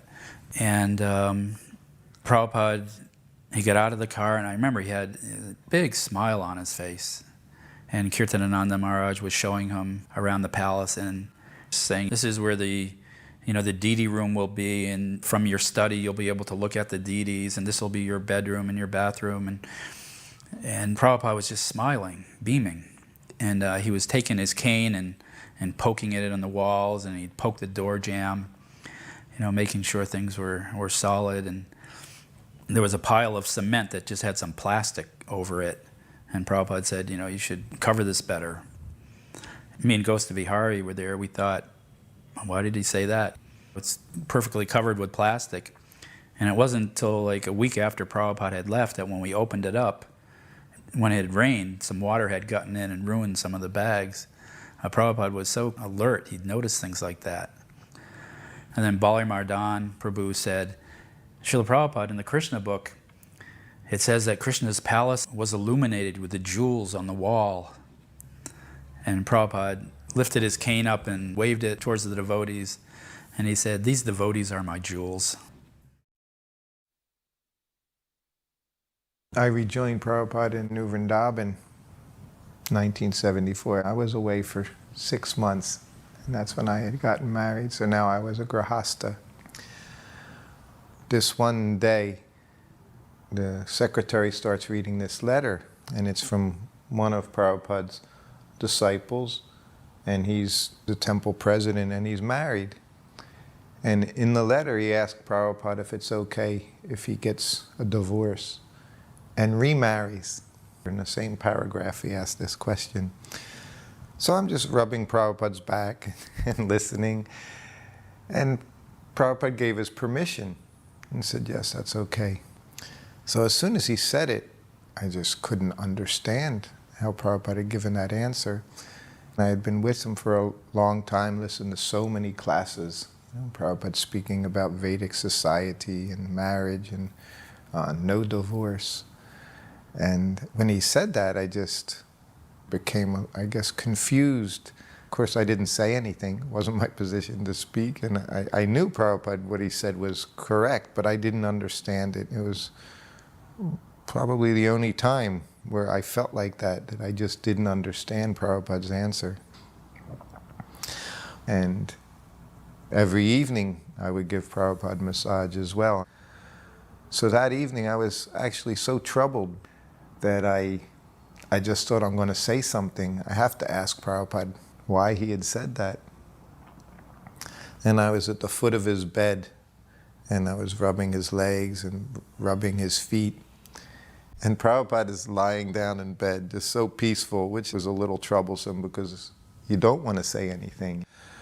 But it was bothering me that much that I did. So finally, Prabhupada, you remember during massage today, that devotee sent a letter and he asked you if it was okay to get a divorce. And I couldn't even say and get remarried. And as soon as I said it, get a divorce, Prabhupada said, yes. I told him it was all right. I said, yes, Prabhupada, that's why I'm asking. Because you always say that no divorce, there's no question of divorce. Once one is married, they stay together. But you told him it was okay. And Prabhupada said, yes, in your country, these things are going on. Very common. And again, I had thought a lot about, what I wanted to say to him. So as soon as he said that, I said, yes, but also in our country, meat eating is common and intoxication is common. I said, but these things are all forbidden for us. And then he changed his tone, and he became more serious. Yes, he said, if I tell him no, still he's going to get a divorce and get remarried. So if I tell him yes, then the offense is not so great. And as soon as he said it, I could hear it in his voice, and of course immediately I could understand Prabhupada's compassion for everyone, for all of us. And it's that quality that I got to see all the time with Prabhupada, being with him outside of the temple room, where he would always speak from the Vedas, and the Shastra, and always spoke the absolute truth.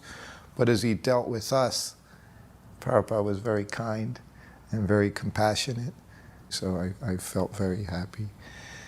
And of course now, as years go by, you can see Prabhupada's compassion more and more.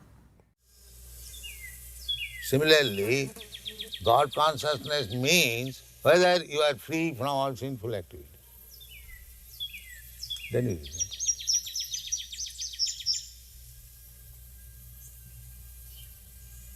A God-conscious person will not be inclined to any sinful activity.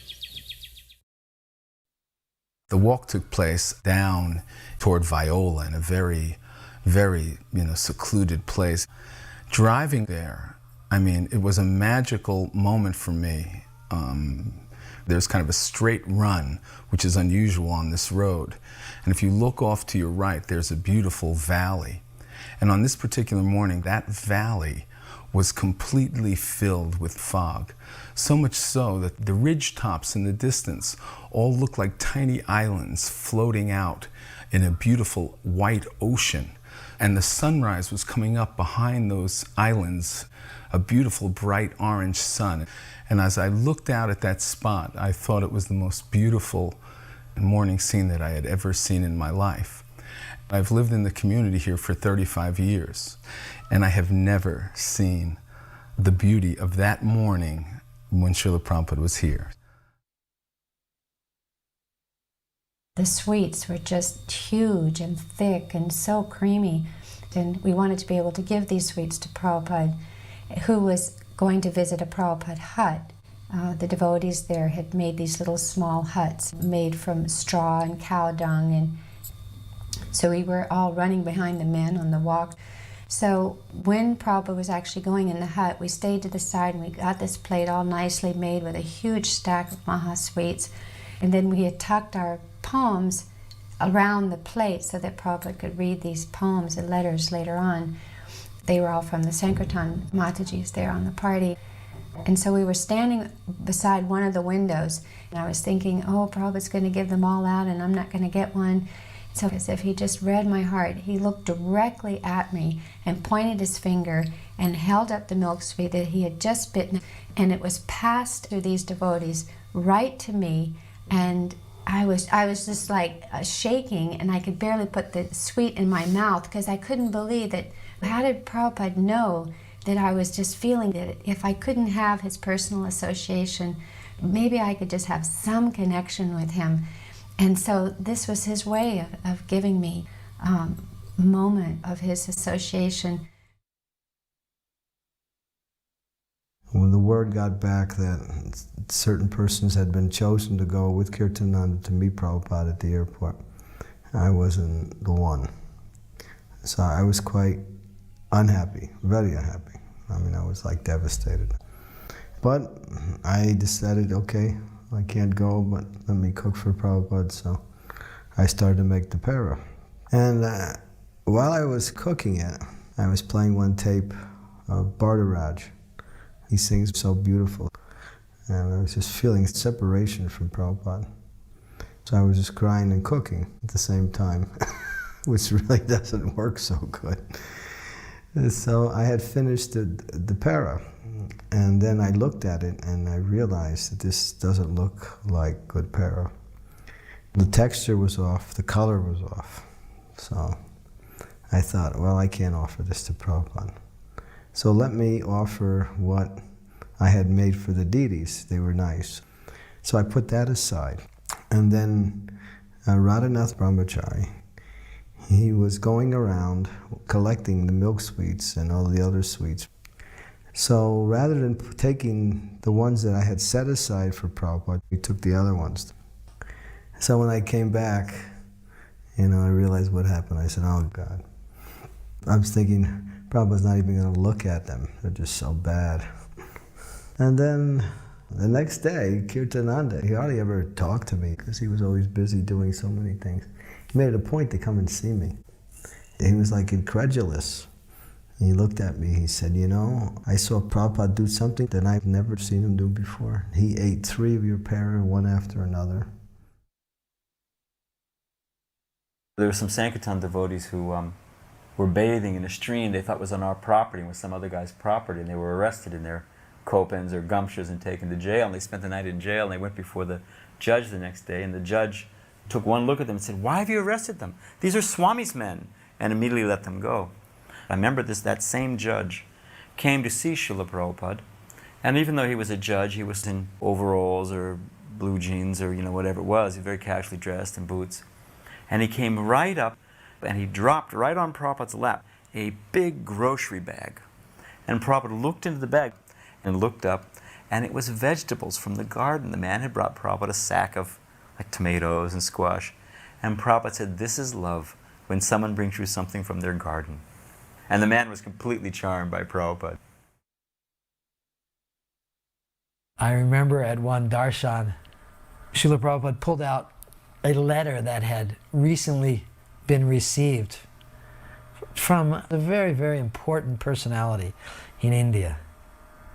And Srila Prabhupada gave the letter to the secretary to read. And he read the letter, and in this letter, the person was glorifying Srila Prabhupada for his translations of all the Vedic literatures, and just, appreciating how profound they were, and how they were obviously dictated by the Supreme Lord himself, because this could not have been done by any ordinary jiva, any ordinary living being, but someone who was really empowered.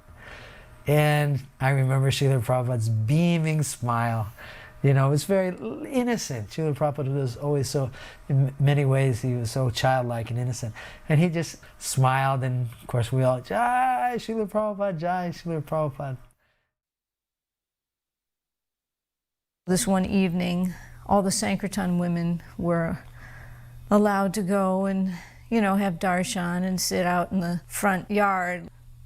I can't even remember what he was talking about. And then there was like a lull, and it was quiet, and everyone was just kind of sitting there, and he was just like looking at me, and he asked, are you all right? And I didn't quite think he was talking to me, because there was no reason for him to ask me anything like that. He just said it a few times. He looked at me again and said, are you all right? And then I finally said, are you talking to me? And he said, such a thin cloth, haven't you got a cloth? Because it was kind of chilly, and most of the devotees had chadars and sweaters and things, and he just asked if I needed a cloth. And I don't know what I said, something like, well, I had one, but not with me. Then he started talking to Kaladri, who was right there next to him, and told him that, you must find out if they have everything they need. The women need to be protected. He said, they will not ask. He said, you must ask them once a month and make sure that they are having everything they need. I just remember afterwards, like, a few of the devotees were crying and feeling like he just was so observant and concerned, and he just really does care about all of us.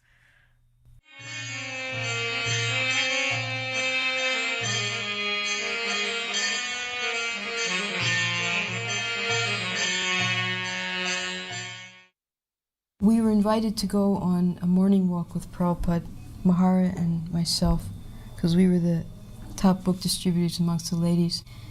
So we got to go to the Brooklyn Botanical Gardens, and it was Brahmananda, Hridayananda Swami, Bali Mardan. So Prabhupada was saying to them, I had a dream, and I dreamt that we had a boat, and I traveled with 25 sannyasis and 25 brahmacharis all over the world in this boat. And then Bali Mardan said, I have some boating experience. And Brahmananda said, yeah, I also have some boating experience. Maybe we can go with you, Prabhupada. So they were laughing and they would like to go with Prabhupada on that boat to travel all over the world and in each port have Sankirtan. I was doing my surgical residency in Rochester, New York. Devotees were coming to us from Buffalo Temple and we heard that Srila Prabhupada would be coming for a day in New York City. So we drove to New York City almost 300 miles and went to Henry Street Temple in New York City. Srila Prabhupada was there. We listened to his class, then we were escorted to his room, his darshan room. And afterwards I asked Srila Prabhupada a question that I have been chanting for a couple years, but my mind goes hither and thither when I chant, how I could curb my mind.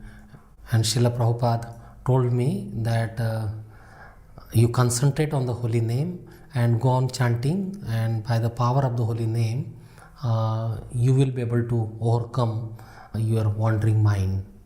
So I took that instruction and I applied that instruction to some extent, and there was definite improvement in my chanting because of that instruction.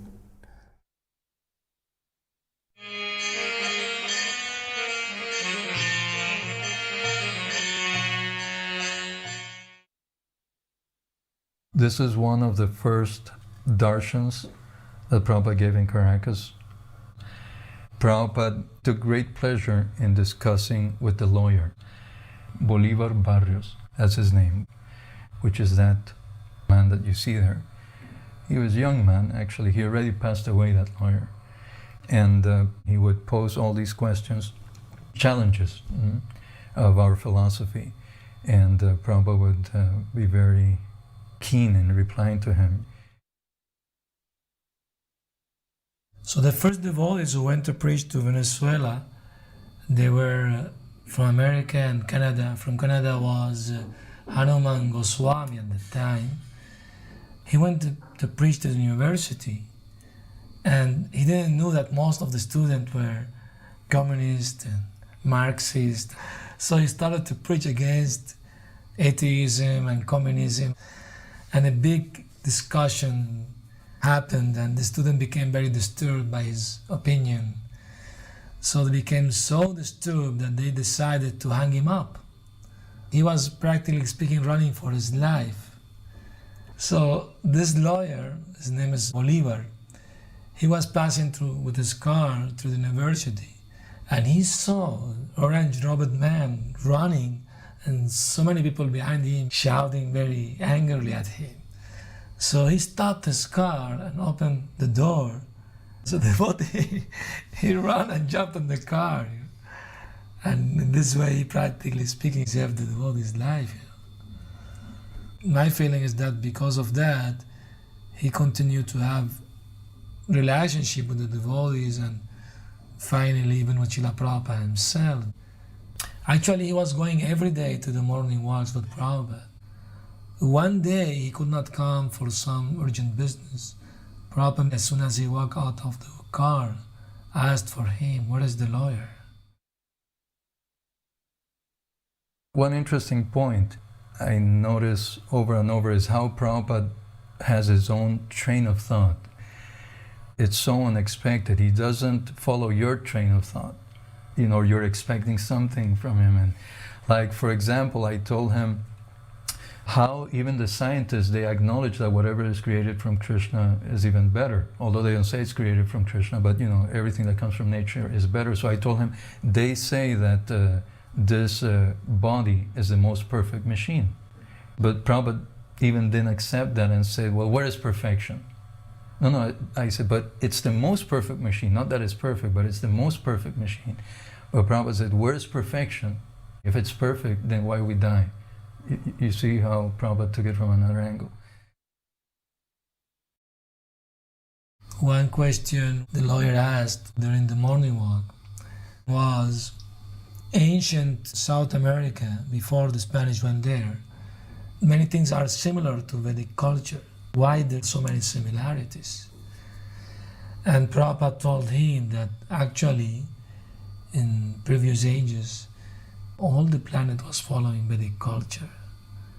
And that gradually faded up, Only in India, small amount of that culture is still there, Prabhupada said. But practically speaking, all over the world is vanished. Then Prabhupada told us about how Lord Ramachandra was taken to Brazil, to the Amazon. That was Maharavana's capital, Ravana's brother. Prabhupada said that Ravana's soldiers took him through a tunnel, 8,000 miles from Sri Lanka to Brazil, with the idea to sacrifice Ramchandra in front of goddess Kali. So Ramchandra told them, I'm a prince, I don't know how to bow down, you have to show me how to do it. So all the demoniac soldiers bowed down, and Ramchandra took advantage, taking the sword and chop off their heads.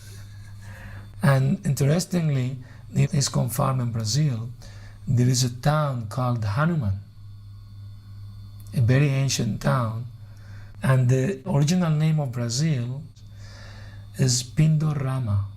So Rama's name is there, and Hanuman's name is there even now.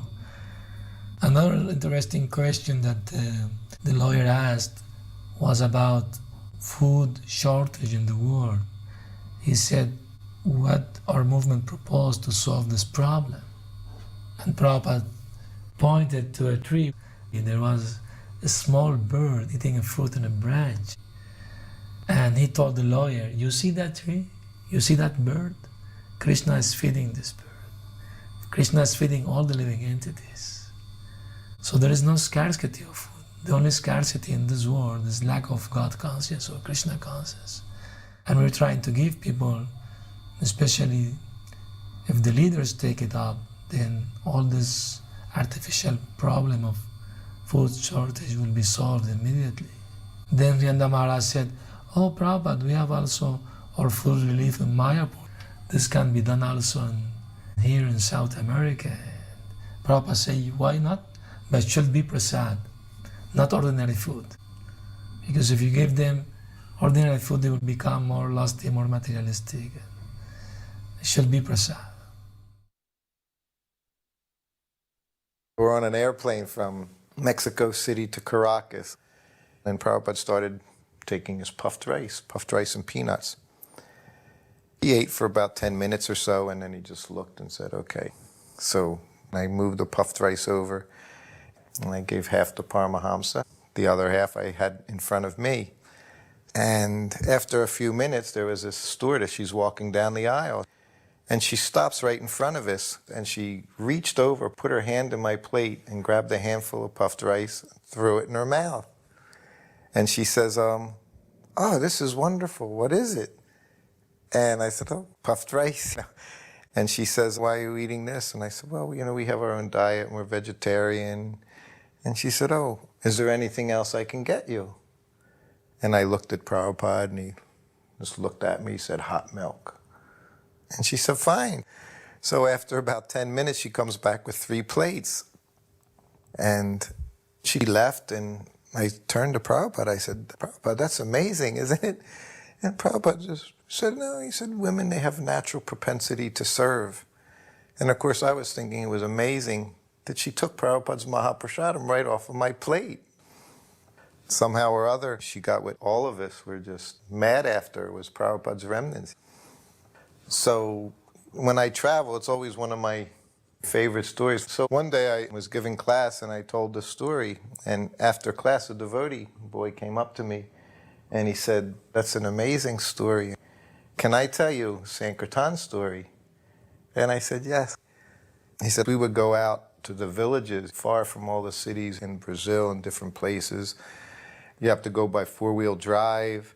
And one day, we were in the rainforest, really far away from everywhere, and we found this village, and we did our Harinam. And then he said we began going door to door to distribute books. Then I went to this one house, and I knocked on the door, and a woman answered and tried to distribute books. And as soon as she saw me, he said I was in Dodi and Kurta, and she invited me in. I went in, and I started seeing there were pictures of Krishna on the wall, and she had an altar, she had deities. And he was so surprised. And then he said, "You're a devotee?" And she said, "Yes, yes." "So wonderful to see a devotee," she said, "here." And he said, "Well, how did you become a devotee?" And she said, "Well, the first time I met devotees was I met Prabhupada on an airplane. I was a stewardess." And so this was the woman. It was 10 years later. From that time, after she took the Mahaprasadam, then she met devotees again and got a book, and that was it. That was the beginning of her spiritual life. Just seeing what Prabhupada has done, it's mind-boggling to understand how Prabhupada has made devotees. And it just goes on and on. When Prabhupada arrived in Caracas, we were extremely happy. We greeted him with flowers. We escorted him to his Vyasasan, and I had the task to wash his feet. Nobody had instructed me how to do this. I just saw the ingredients, the yogurt and the milk and the ghee and honey and so on and water. So I just concluded that I should go from thick to thin, and I started with the honey. The first thing I did was I took the Prabhupada's socks off and I touched his feet, and it was really, really soft. This is the softest skin I've ever touched. And I started to pour the honey and then the yogurt and then the ghee and milk like that. And then I started to massage his feet, even between his toes. Consciously, I wanted to alleviate his tensions, but that was not accepted. Nitai Prabhu and Paramahansa and other devotees were shouting at me, Havi, Havi, what are you doing? This is not what I was supposed to do. And I was a little afraid that I was committing some offense or some mistake, and I slowly lifted my head towards Srila Prabhupada. And Srila Prabhupada nodded his head as if to say, you go on, no problem. In any case, all the ingredients were there in this stainless steel bowl, and I started to spray everybody with Charanamrita, with this nectar of Prabhupada's feet. Everybody was in ecstasy. We were jumping up and down. And, I did like 4 or 5 rounds of this. Everybody was practically wet, and I took the remnants to the kitchen, and then a wild idea came into my mind, and I drank the whole thing.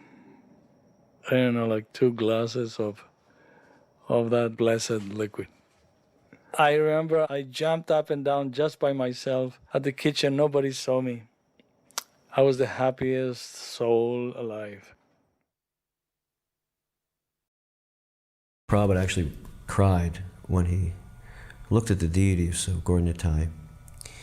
So during a lecture, he was saying how he was very touched that Sri Sri Gaura-Nitai had come so far away from the holy Dham.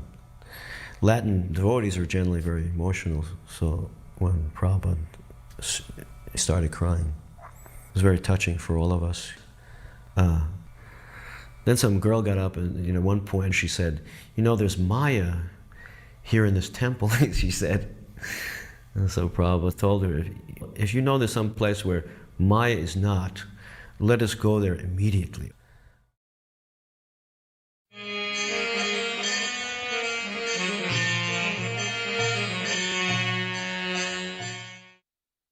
When Prabhupada arrived at the airport, it was a very ecstatic moment for me because I saw Atlanta Airport as being a place where Prabhupada performed his pastimes. So I always connected book distribution with Prabhupada performing his pastimes because I knew that service meant so much to him, and I always felt his presence when I was distributing books. And having him in the airport, the place where at one time more books were distributed than any other place on this planet, was very ecstatic because to me it was the Dham. And there he was in that place. It was overwhelming. I was just so ecstatic. In order to let the devotees get to the temple first, I took a long route. So we drove through this excellent neighborhood and then came to the temple. The devotees had already arrived and there was this ocean of devotees, all in complete ecstasy with their hands, reaching up to the Vaikuntha. And Srila Prabhupada just beamed from ear to ear, just beamed. You could feel it in the car. You could just feel the ecstatic energy emanating from him. So as the car pulled up to the temple, Prabhupada got out, and no one's feet were on the ground. It was like, the part of the Bhagavatam where it describes in Maharaj Yudhishthira's kingdom, no one felt anxiety, no one felt the pain of hunger or thirst or separation from relatives or all these things that we are constantly disturbed by. At that time, no one felt it. You did not feel the pain of being in the material world. It was Vaikuntha. And Srila Prabhupada was the conductor of the orchestra, and we were all members of the orchestra playing our different parts. In Atlanta, Prabhupada began his lectures not by singing Jai Radha Madhava, but by singing Parama Karuna, Pahundwijana Nitai Gaurachandra, in a very slow, moving melody. The temple was not large, so it provided an intimate setting. And there, Prabhupada gave one particular lecture, which I'll always remember. The lecture only lasted 3 minutes. I was sitting right in front of him, and he began to explain how Lord Chaitanya, Lord Nityananda are so merciful. They're giving Krishna, although no one knows who is Krishna. And he urged, take shelter of Lord Chaitanya.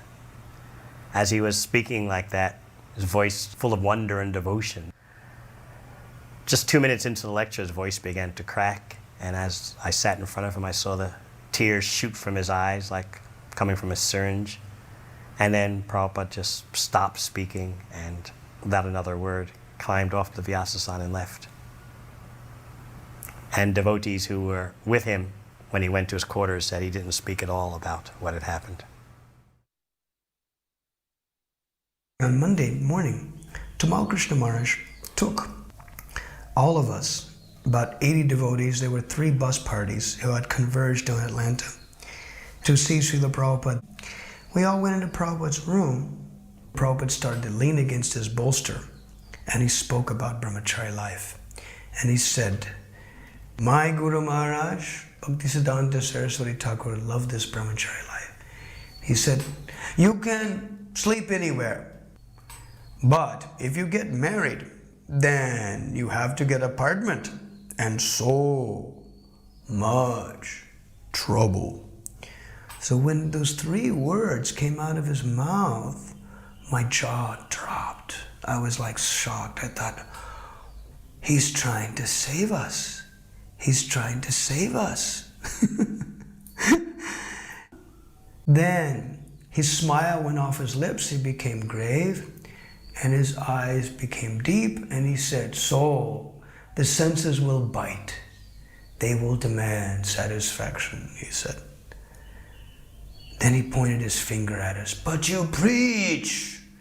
Then he put his hand up, and you pray to Krishna. And Krishna can make this itching sensation go away. And he flipped his hand, poof. But then his hand went like this. But if it does not go away, and he pointed in the back of the room was standing Gadidas and Ajadas. Then like them you can take. He did not insist that we remain brahmachari. But my Guru Maharaj very much liked this brahmachari life. And that's how he ended his talk. And as soon as he ended it that way, I thought, that's it. No more questions. That's what I'm going to do. I was completely convinced. And the crux of his conversation was, preach! That was the most impressionable thing of my entire devotional life. When Prabhupada saw Sri Gauranitai, he named this New Panihati Dham. And then also I presented an outline of a book, Life in its Origin, about 12 to 14 chapters in this book. And Srila Prabhupada approved all of them. And then Prabhupada said, but you should have one more chapter in this book. So the title was, Original Life is Lord Krishna. And then I requested Prabhupada, will you please write that? And Prabhupada said, yes, I'll write for your book. And we are supposed to write that book together, but it has not still come out yet. I'm praying Prabhupada's mercy. What I'm planning to do is get the compilations from Prabhupada's writings, and then try to put it together, that section. Original Life is Lord Krishna. You know that when one goes to see the spiritual master, one should have an offering, and so we found a wonderful old photograph of his Guru Maharaj, and we put it in a frame, and Kim beautifully decorated it with pearls and gold paint. It was quite attractive. He had entered the room and was sitting at the end of the room, and on either side were all the senior devotees and sannyasis, and Prabhupada looked to his disciples and he said, where is my Guru Maharaj? There was no photograph of his Guru in the room. I didn't realize that this was Bhaktisiddhanta's appearance day. And at that very moment, I walked up to him, approached him, and handed him a picture of his Guru Maharaj. Prabhupada put his hands in a namaste pose and just bowed his head a little to me in gratitude. It was just a wonderful opportunity for me to be able to present something to Srila Prabhupada. He was always so gracious to me. He always treated me with such affection and respect. I was not qualified for anything, yet he always gave me everything. After Prabhupada arrived, he had darshan, and I was invited to come up. I had my son with me, and I walked in, and Prabhupada said, who is this? I said, this is my son. And he said, this is a very nice boy. I want you to take care of him and take care of your family. And I was thinking more about book distribution because that was my service. At the time in the movement, family life was not something that we really thought about. So later on, my son and daughter were put into prison. It was when that happened, I went back to that, and I heard that clear from Prabhupada, take care of your son, take care of your family, and I realized that I'd failed in that effort. So for 5 years, I did some soul searching. I wanted to really understand the true meaning of family. So I just felt inspired to try to establish an organization to deal with the issue of family. The organization that I've established, it's called Save the Family Foundation. The first thing that we try to do is establish the fact that God has to be the center. And if God is in the center, then there is a foundation on which to build the family on. And I've been able to do that, and now my son and daughter are doing very well. They're living productive lives. And going back to Prabhupada's instruction, that the way to really please my spiritual master is to take care of my son and take care of my family. So I've dedicated myself to that mission. When he offered arti to Bhaktisiddhanta Saraswati, I was looking from a great distance, and all I could see was an ocean of saffron and dundas. And being in a woman's body, I was so frustrated because I knew I wasn't going to get to see Prabhupada offer the puja, and I was Gaurnitai's pujari. So there's a window right beside where Prabhupada was, and I ran around the outside of the building and stood in the window so that I was facing Prabhupada, and I could see every expression, everything he did. And there were other women, they joined me. And then after he would offer the arti paraphernalia to Bhaktisiddhanta, he would turn and he'd offer right to us in the window. And as he was offering the conch shell with the water in it, Prabhupada was looking for the bowl to pour the water in. And he looked over at Balavanta and said, bowl, bowl. And Balavanta put his hands up in the air and went, Hari Bol, Hari Bol. And I was like, oh no, he wants a bowl. And Prabhupada, you could see that he was a little perplexed, what am I going to do with this water? And so he turned and he just poured it all over Tulsi Devi. And Balavanta said that Prabhupada asked him, who has dressed the deities? And he said, Titiksha. And he said, very nice. So when Balavanta told me, it's like at least I can take that with me, that I pleased him at least once.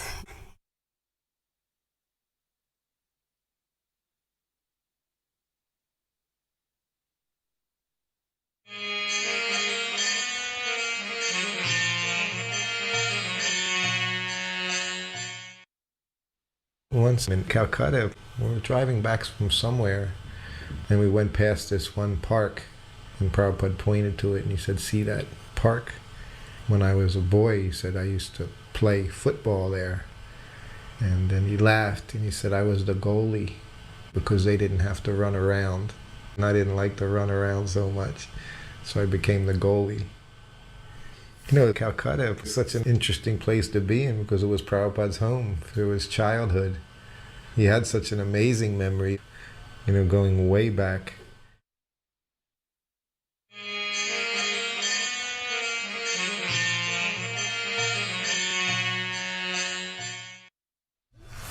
I remember the first time going to Mayapur with Prabhupada. It was just one carload of devotees. It was just Prabhupada, myself, the secretary, and or maybe 2 cars, you know, then a few other devotees, and we prepared prasadam and stopped at the mango grove. And it grew into a really big, you can see a really big ritual here with dozens of devotees. But it started out very simply, and it was a very beautiful place, and it was nice. It was like the halfway point on the way to Mayapur. The first time I went to Mayapur with Prabhupada, there was just a thatched roof Goshala where Prabhupada stayed. So things changed quite rapidly. And this, you know, also changed from just a few devotees into, you know, a caravan of vehicles headed to Mayapur. But again, the principle of it was always the same. Prabhupada taking prasadam. It's still, that same consciousness was there. Prabhupada sat quietly and honored prasadam. Krishna Hare Hare Hare Krishna Hare Krishna Krishna Krishna Hare Hare.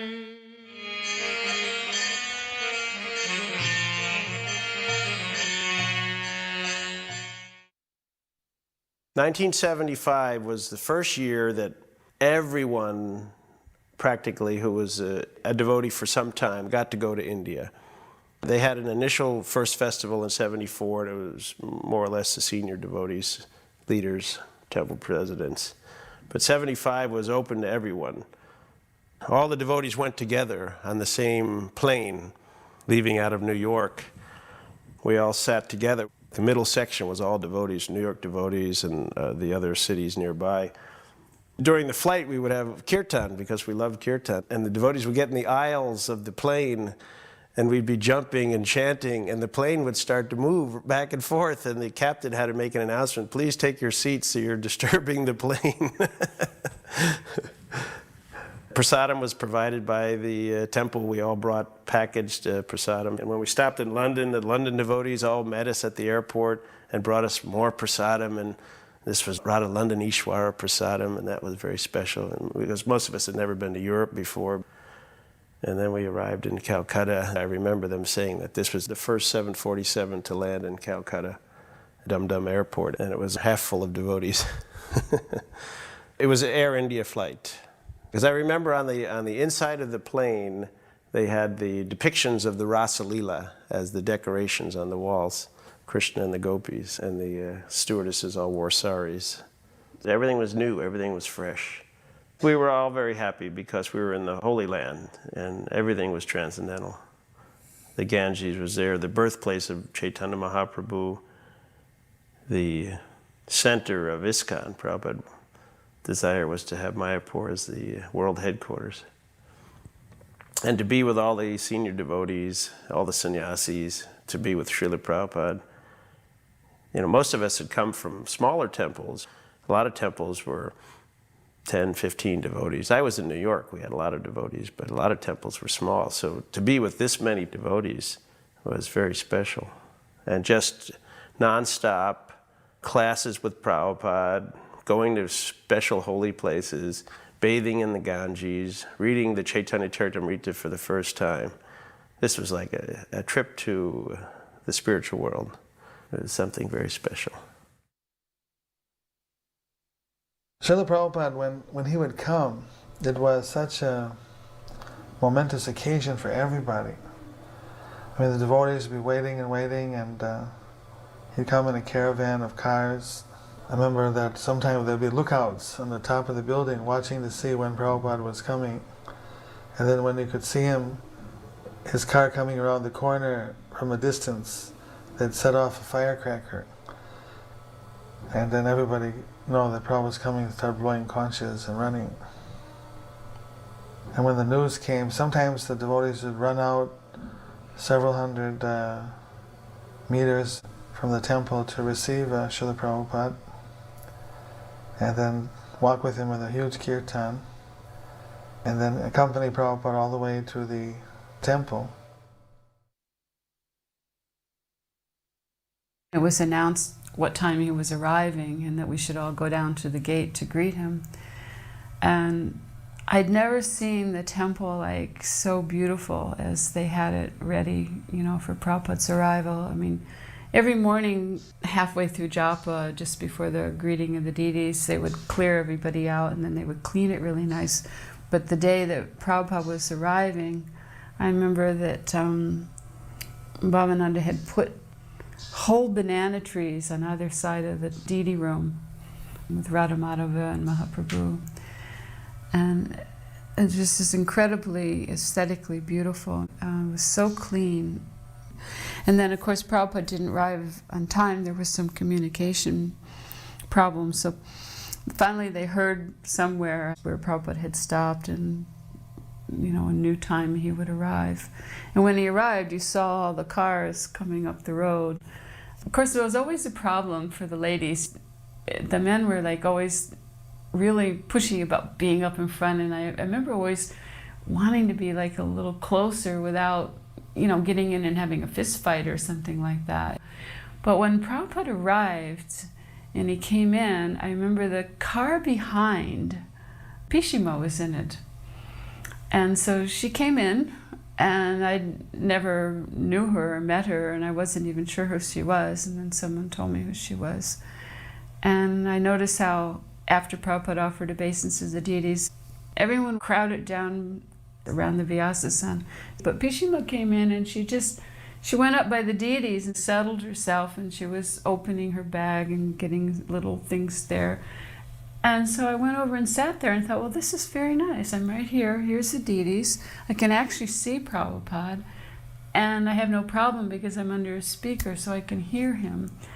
So it really made the whole rest of the visit in Mayapur peaceful for me, because it wasn't really necessary to, you know, physically get in a fight or something to try to squish right up next to him. Actually, it was a nice position. And I actually then got an appreciation of seeing Prabhupada surrounded by all the devotees. So I always liked that, just appreciating seeing him happily surrounded by the devotees.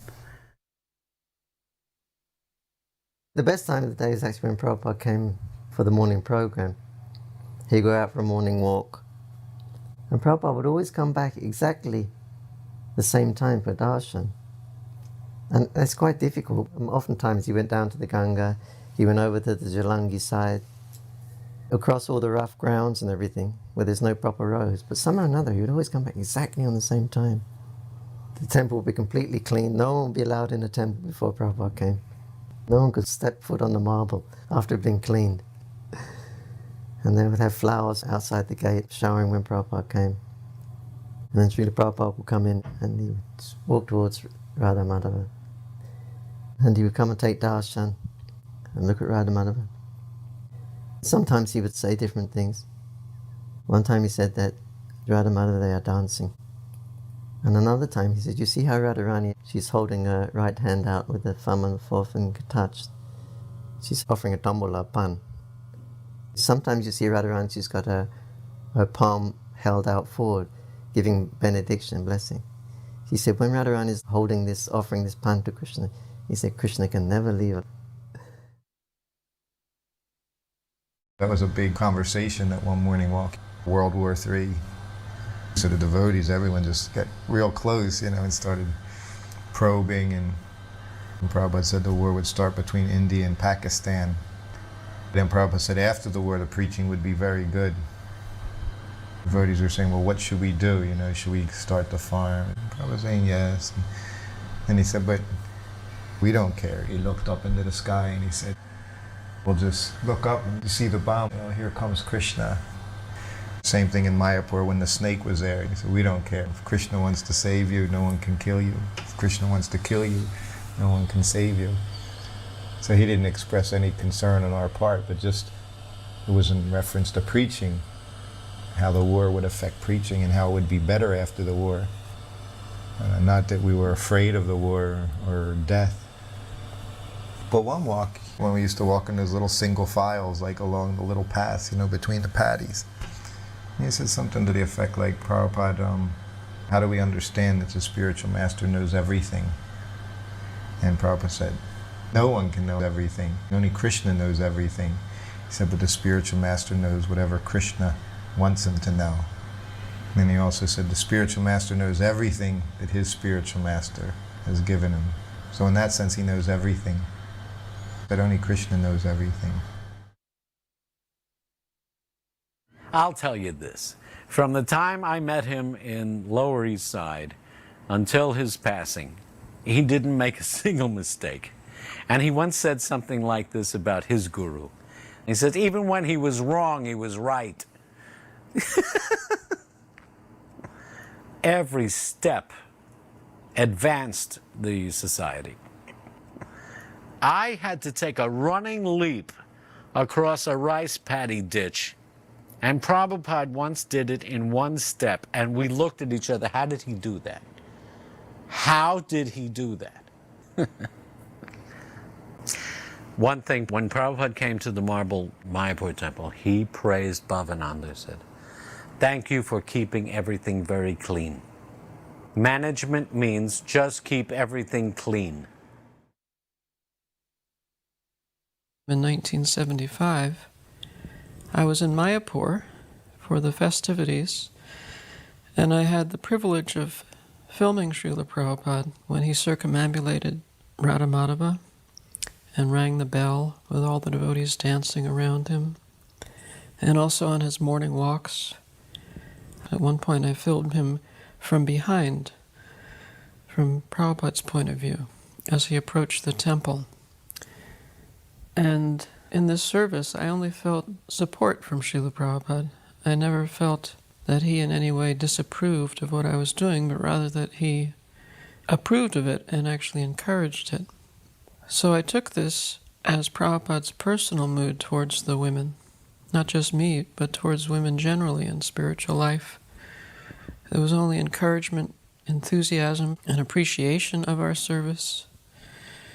So in that way, I felt personally protected, and also I think all the women in Prabhupada's society felt this protection and encouragement from Prabhupada. When Prabhupada would ring that bell, everyone would go wild. And it was as if it was a confirmation that we were doing the right thing by performing kirtan in Mayapur. Whenever Prabhupada would do something a little out of the ordinary, move, dance, express the ecstasy that we could feel that he was about, that kind of external confirmation of it would drive the devotees mad. That one morning as Prabhupada used to circumambulate the deities and ring the bell and the big kirtan party would go around, the whole mood was pretty ecstatic that particular morning. I don't know who was leading kirtan or what, but Prabhupada was very blissful. He'd go around, he'd ring the bell with the kirtan, bong, bong, bong, bong, bong, and the kids were dancing like mad out in front, and then he'd go around and he'd ring the next bell, and then he'd come around in front of the deities. So I said, geez, I'm not going to fight these crowds. So I'm going to wait right here by this pillar, in front of the deities, and then when Prabhupada comes around, then I'll be there to see him. And so, sure enough, here comes Prabhupada around, and Brahmananda's there, and so Prabhupada stops in front of the deities, and he starts looking at the deities a little bit, and then he folds his hands in obeisances and does a 360, turns around, and the kirtan's going and going, and then finally Prabhupada all of a sudden lifts his arms up and starts dancing. And everybody just kind of went through the roof at that time. Very similar to that Rath Yatra when Prabhupada got up off the Vyasasana and started to dance, and everybody just went wild. I remember seeing a reflection off of Brahmananda, some kind of, just golden reflection that must have been Prabhupada. But it's amazing how just seeing Prabhupada was so enlivening, so special. From where I was sitting, I used to see Prabhupada, and they would put chandan on his head. He would all go kind of white, his forehead, and he was sitting, and he was such a, an aristocratic person. I just couldn't picture or think of what kind of person he was. He looked so, like a king, like a very aristocratic person. I just couldn't put it in words. And then one time one devotee came up to me and said, "You know what I've just read?" He said that the spiritual master is the sum total of all the demigods. I said, wow, yeah.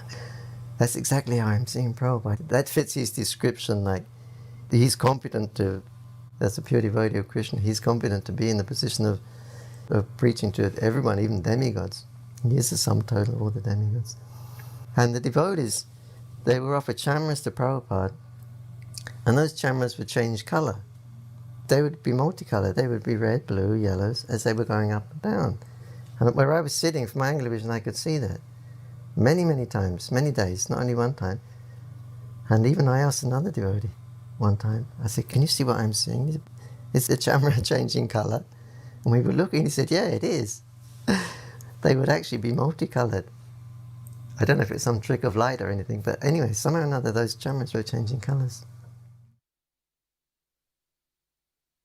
After we constructed the Lotus building, Srila Prabhupada became aware that the devotees were very much disturbed by all the excessive cinema music that was coming from over in Navadvip and from Swarupganj. And they had their ghetto blasters over there, their big, huge loudspeakers, and it was driving us all crazy. It was really disturbing us. So Jayapataka Maharaj and Bhavananda mentioned this to Srila Prabhupada, and Prabhupada said, "Blast them back. You should blast them back." So Jayapataka Maharaj and Bhavananda put these huge big speakers on each corner of the Lotus building. Massive big things. And we played Prabhupada's bhajans and our own kirtans. And we really blasted them. So, because it's better that we listen to our music than their music. If we're going to get blasted, we may as well get blasted by our own music rather than get blasted by all their cinema music, mundane stuff. So they started to respect the fact that we were here then, and I think some kind of a truce came up. But there was a big sound war going on there in the early days. During the day, we would go on parikrams. Chutananda Swami was leading the parikram on each place and explaining about the importance of all of the holy places in Mayapur. And we would all come down Bhaktisiddhanta Road to the various spots and temples. For most of us, this was our first visit to India, certainly my first visit. I remember some devotees telling me, "This is the dust that Lord Chaitanya walked on. This is Chintamani. This is non-different from the spiritual world." And that realization was unique to all of us. Prabhupada was always the center of the festival. We all came to India to see Prabhupada. Prabhupada wanted us all to come to Mayapur every year. He felt it was very important for us, as this was the birthplace of the Hare Krishna movement. The managers were very concerned that we didn't spend too much time in India because they They wanted us to come back and do Sankirtan and run the temples and preach in the West. The idea was to come to India and to get recharged and enlivened and go back and preach in the West. I went into Prabhupada's room and I wanted to personally say to Srila Prabhupada, thank you for bringing us to Mayapur. So in the darshan, we're all sitting there listening, and when it was over, everybody offered their obeisances. So I stayed down on the floor longer and offered my obeisances very, very slowly, so that when I stood up, pretty much everybody was out of the room. So I walked forward to Prabhupada, sitting at his desk, and he was going to drink some water, and I stepped forward and I said, Srila Prabhupada? And he was just about to drink, and he said, yes. And I said, I just wanted to take this opportunity to say thank you for bringing us all here to Mayapur. And Prabhupada sipped a little water and he said, oh, I have not brought you. Chaitanya Mahaprabhu and my Guru Maharaj, they have brought you. He said, Mayapur, Vrindavan, this is your home. The West, that is for preaching. And he drank some water. And when he stopped drinking the water, he looked back at me, he smiled, he said, or for sense gratification. He said, so you come every year, take inspiration here in the Holy Dham, and then go back to the West and preach vigorously, and then come back again and take inspiration. One day on the veranda outside his room at Mayapur, Prabhupada was saying to us, you have all been sent by Bhakti Siddhanta Saraswati Thakur to help me in spreading this mission. And I said, Srila Prabhupada, how can that be? I said, we were born into the most low kinds of families, raised on meat and all sorts of abominable things. How could we have been sent by Bhakti Siddhanta Thakur? And Prabhupada looked at me and he said, that was only superficial. When you heard the holy name, you immediately came running. In Los Angeles, Srila Prabhupada had told us that we should come to the Mayapur festival to perform 5 Krishna Leela and 5 Chaitanya Leela. And we were to collect as much as we could individually to pay for the trip, and whatever we couldn't collect, he would pay from his trust. So we rehearsed every day. Then we got to Mayapur. We performed, and there was some complaint from the sannyasis of having women performing. I think Sadarupa was playing Krishna. So there was a little bit of upset, and the performances were stopped. We didn't know quite what to make of that. It was a very difficult period because we thought, why doesn't Prabhupada just tell them that we're doing it anyway? Most of us just accepted it. But there was one of the members that had a really hard time accepting that and ended up leaving. One thing that I had learned up to that point, that sometimes Srila Prabhupada would make a decision that I couldn't understand, and I learned that the best thing to do is just to think, well, I don't understand it now, but maybe in the future I'll understand it. So just to be able to understand the fact that I don't know everything. With my rebellious nature, it was tough, but I did it. When I was cooking for Prabhupada, every day after he would finish eating, all the remnants, I'd put them all on a big thali, and I'd walk the 3 floors of the Lotus building where the deities were in. And everybody knew that time of day that his remnants were coming out. So everybody would kind of just hang out on the verandas talking. And the interesting thing was, everybody was so picky. No, give me this. No, I don't want that. Give me that. And this went on every single day, and picking and choosing what they wanted. So I literally hated it, and it took me over an hour to distribute this. And one day, after weeks of doing this, Prabhupada said to me, when you distribute my remnants, I want you to take everything and mix it. And I didn't say a word to him, how I was annoyed or bothered. So he said, mix it. I've kneaded it like bread. I mean, I was like, oh yeah. Poured them all in, and I mixed the shukta, the sweet rice, the dal, everything. And then I went around, and after 2 days of this, it'd be a ghost town. I'd be finished within 5 minutes walking all the floors. So I would go back and I'd eat the entire plate. And it was absolutely like heaven. I loved it. I don't care if it was sweet rice or shukta. I mean, it was heavenly. And then after a few days, Prabhupada, I was clearing his plates at lunch. He looked at me and he's, picking his teeth and sitting there. And he goes, so, you are mixing? I said, yes, Srila Prabhupada, this is a very good system. He just, okay.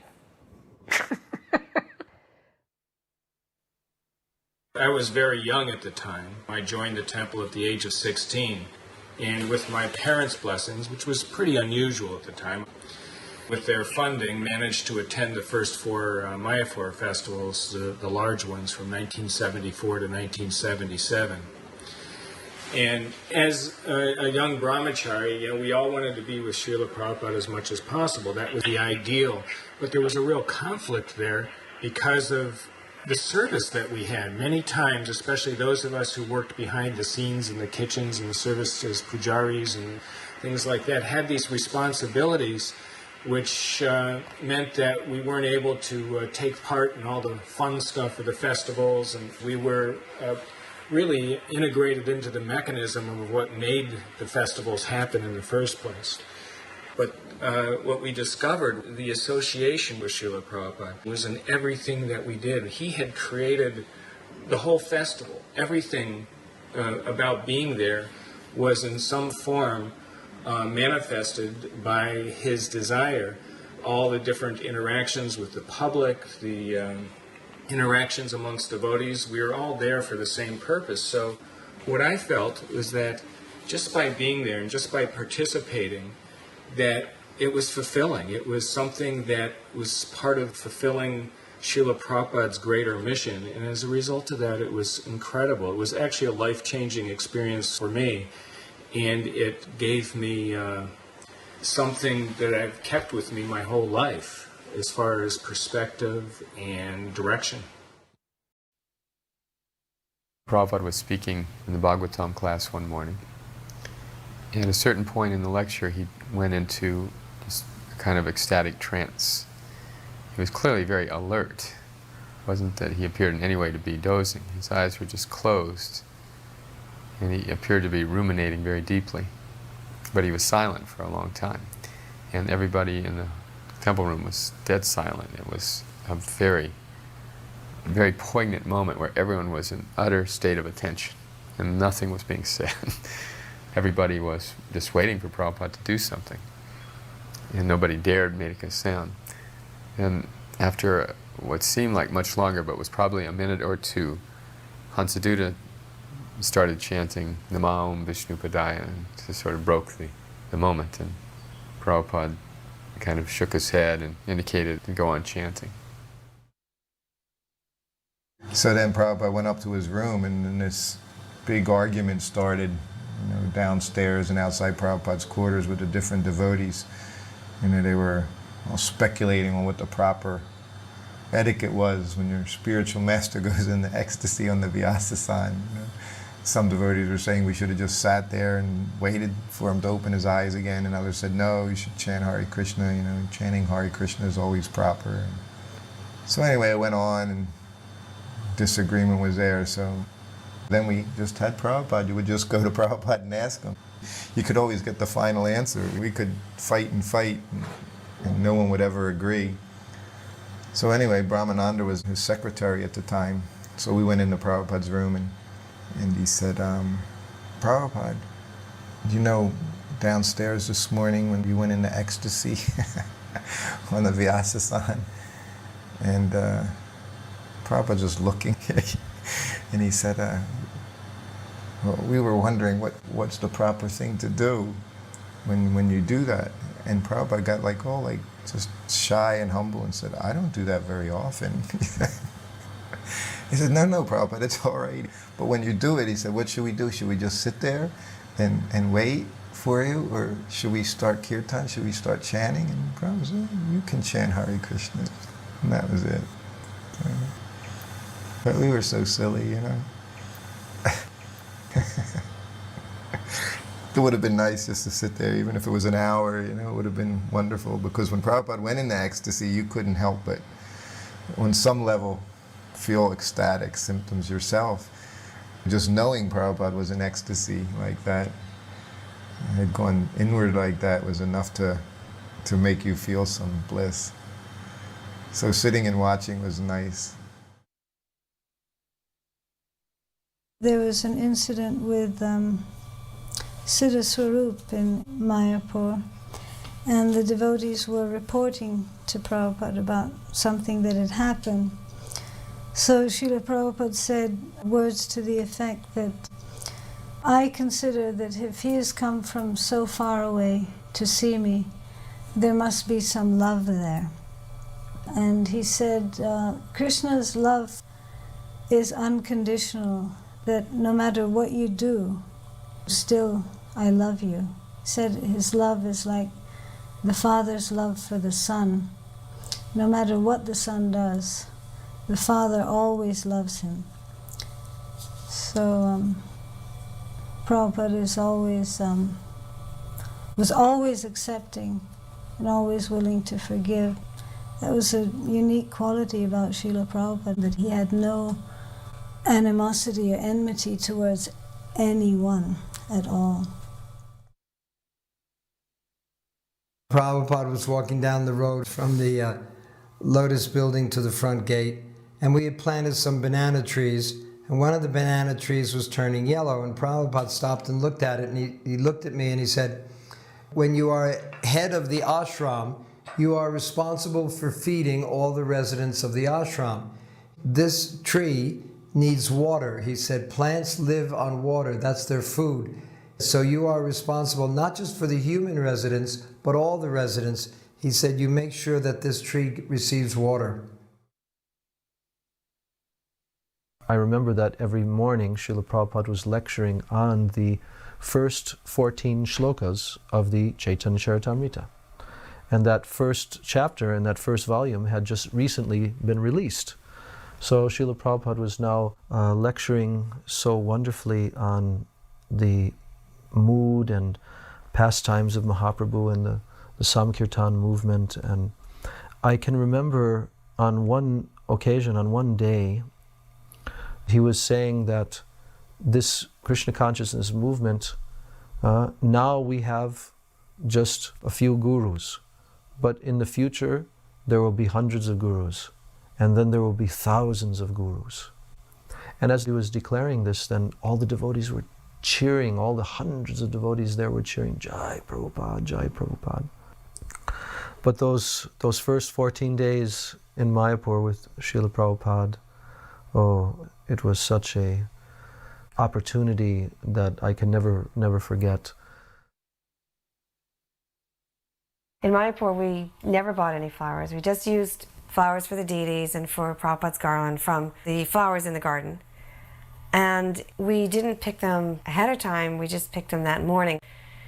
The little girls who were 10 years old or so, there was like 3 or 4 of them, they'd go out right after Mangalarti, even if it was dark, because in the wintertime it'd be dark after Mangalarti, and they would pick the flowers. And then they'd bring them back to the temple and they'd make the garlands. And Prabhupada's garland, they would really make a nice garland. It was thick and very long. You know, sometimes they made him down to Prabhupada's knees. It was kind of hard for him to walk with such a long garland. And one of their habits was that they would take the petals that were left over after making all the garlands for the deities and for Prabhupada, and they would sprinkle them on Prabhupada's shoes, which are right outside the doorway. So one day, the little girls told us ladies, be there when Prabhupada leaves the temple room. You're going to see something fun. So we were outside the door when Prabhupada came out, and a servant would always help Prabhupada on with his shoes. This particular day, he started walking, and the flower petals normally would fall off his shoes when he took a few steps, but they weren't going anywhere.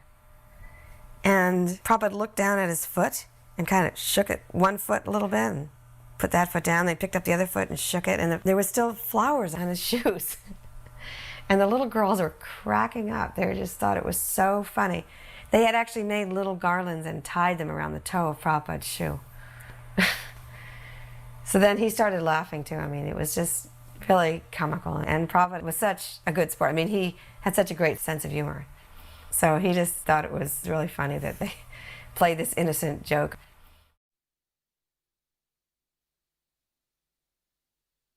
I remember one evening the Manipuri dancers came to perform in front of all the devotees and Srila Prabhupada. And this is perhaps even the very first time I think Swarup Damodar Maharaj had organized. And they were performing a kind of Ras Leela dance. Now, Prabhupada was sitting and watching this in the temple room, and he was surrounded by many sannyasis, and of course there were many, many brahmacharis as well during that time. And we were watching this dance performance where there were very beautiful, decorated young ladies who were dancing and performing the Ras Leela dance, depicting the beautiful moods of the gopis. And Prabhupada gave a short talk after this. He was mentioning how Chaitanya Mahaprabhu, would never actually look. He was very, very strict. And especially he was very strict with his renunciate devotees, that they should not associate with the opposite sex. And I think Srila Prabhupada was making this point because he could understand and see that this was an unusual experience for a lot of the renunciate devotees who were there, and perhaps it was a bit of a test for them. So Prabhupada mentioned like this, and he said, but at the same time we appreciate very much, we're very thankful that these dancers have come, they're very, very good devotees of Krishna, and this tradition is a very old tradition in their country. They're very, very expert at depicting the Ras Leela dance of Radha and Krishna. The Congress government was in power in West Bengal.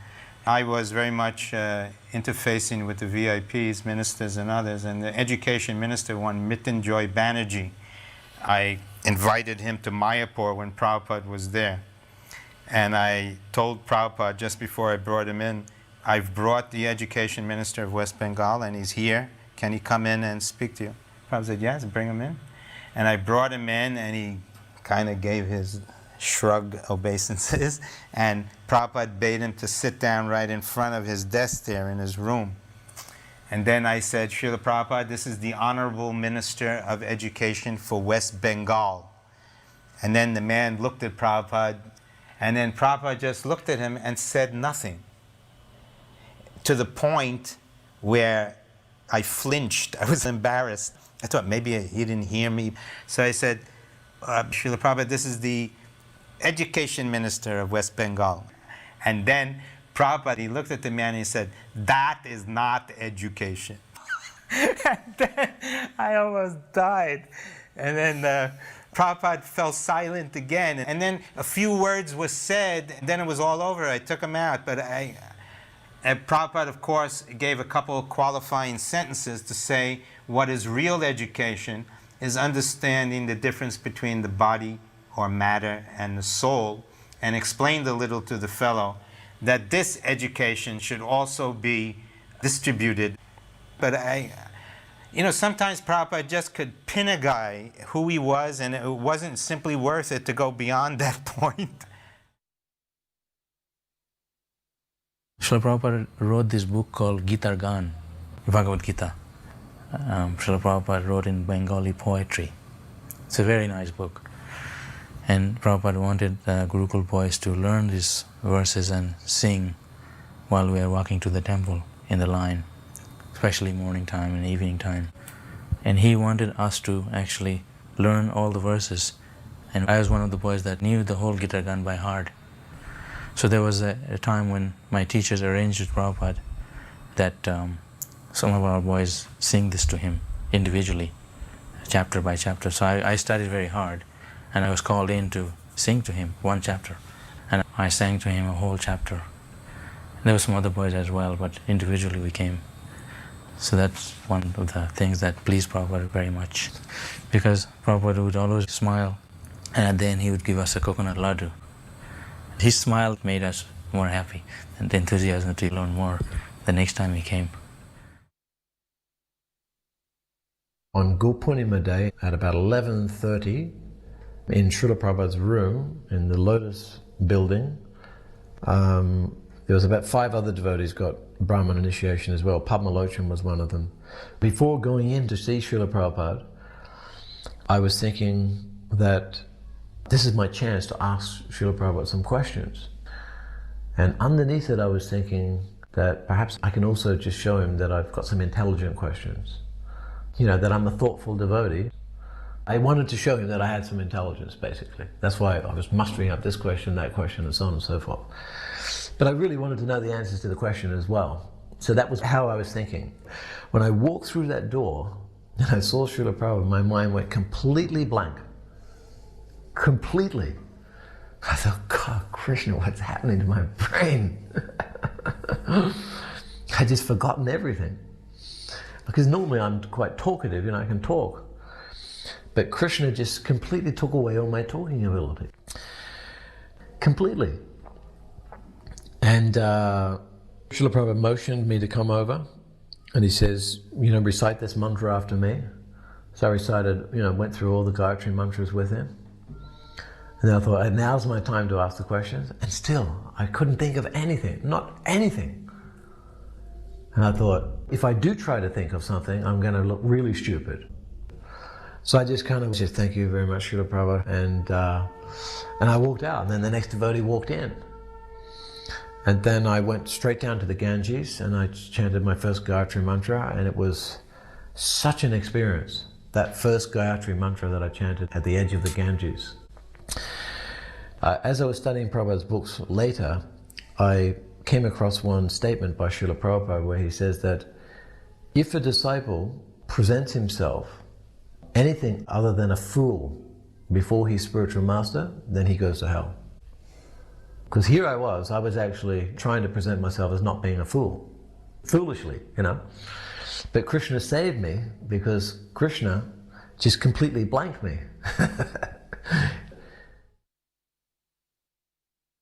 Prabhupada's Guru Purnima lecture that year went right to my heart. You know how you have that experience that even though there's a whole crowd, the whole temple room was filled with devotees, that nevertheless he's speaking directly to you because of what I had gone through in the festival and attempts about deities and things that are my own story. I felt that the questions were answered, and Prabhupada said, people are trying to worship Radha and Krishna. He said, I was walking in Calcutta and I saw in a bookstore, there was a picture of Radharani on the cover of Bhagavad Gita. On the cover by herself. And then he said how actually Radharani is not even mentioned in Bhagavad Gita. Not only was it a picture of Radharani, had her in a very like unchaste way, you know, with her hair hanging and with no Krishna. That was the cover of Bhagavad Gita. And he said, people want to worship Radha and Krishna, but they don't even know who Krishna is. And then he said, it's not possible to worship Radha and Krishna until first you know who Krishna is. And if you want to worship Krishna, then first you have to understand Lord Chaitanya. And don't think that you can worship Lord Chaitanya without first worshiping Nityananda. And then he said, and don't think that you can worship Nityananda until first you follow in the footsteps of the 6 Goswamis. He would continue on. I mean, there was interviews. And then he said, and don't think that you can ever follow in the footsteps of the 6 Goswamis until first you follow the order of the spiritual master. Although we had, by writing, gotten permission to see about purchasing Radha Krishna deities, this was the idea, you know, coming to India. And I remember sitting in the audience and feeling like Prabhupada personally, in a most direct but nevertheless compassionate way, just kind of like put me in my place. First, you must follow the order of the spiritual master. And being put in my place was like so ecstatic because it meant that I actually had a place in Prabhupada's movement. I felt like the tiniest little dot of a space because that's how squished down I had been put, you know. After that, I just felt I belong finally. That was like the most ecstatic lecture that I'd ever heard. It was Gaur Purnima evening, early evening, and the moon was rising. So Lord Chaitanya's moon was rising. We were walking close to the mandir, and we just glanced up. And there was Srila Prabhupada outside of his quarters, and he had his arms on the balcony. His head was resting on the back of his hands, and he was just watching the moon rise. And we just immediately paid our obeisances, but it was just so beautiful to see him looking at Lord Chaitanya's moon in Mayapur.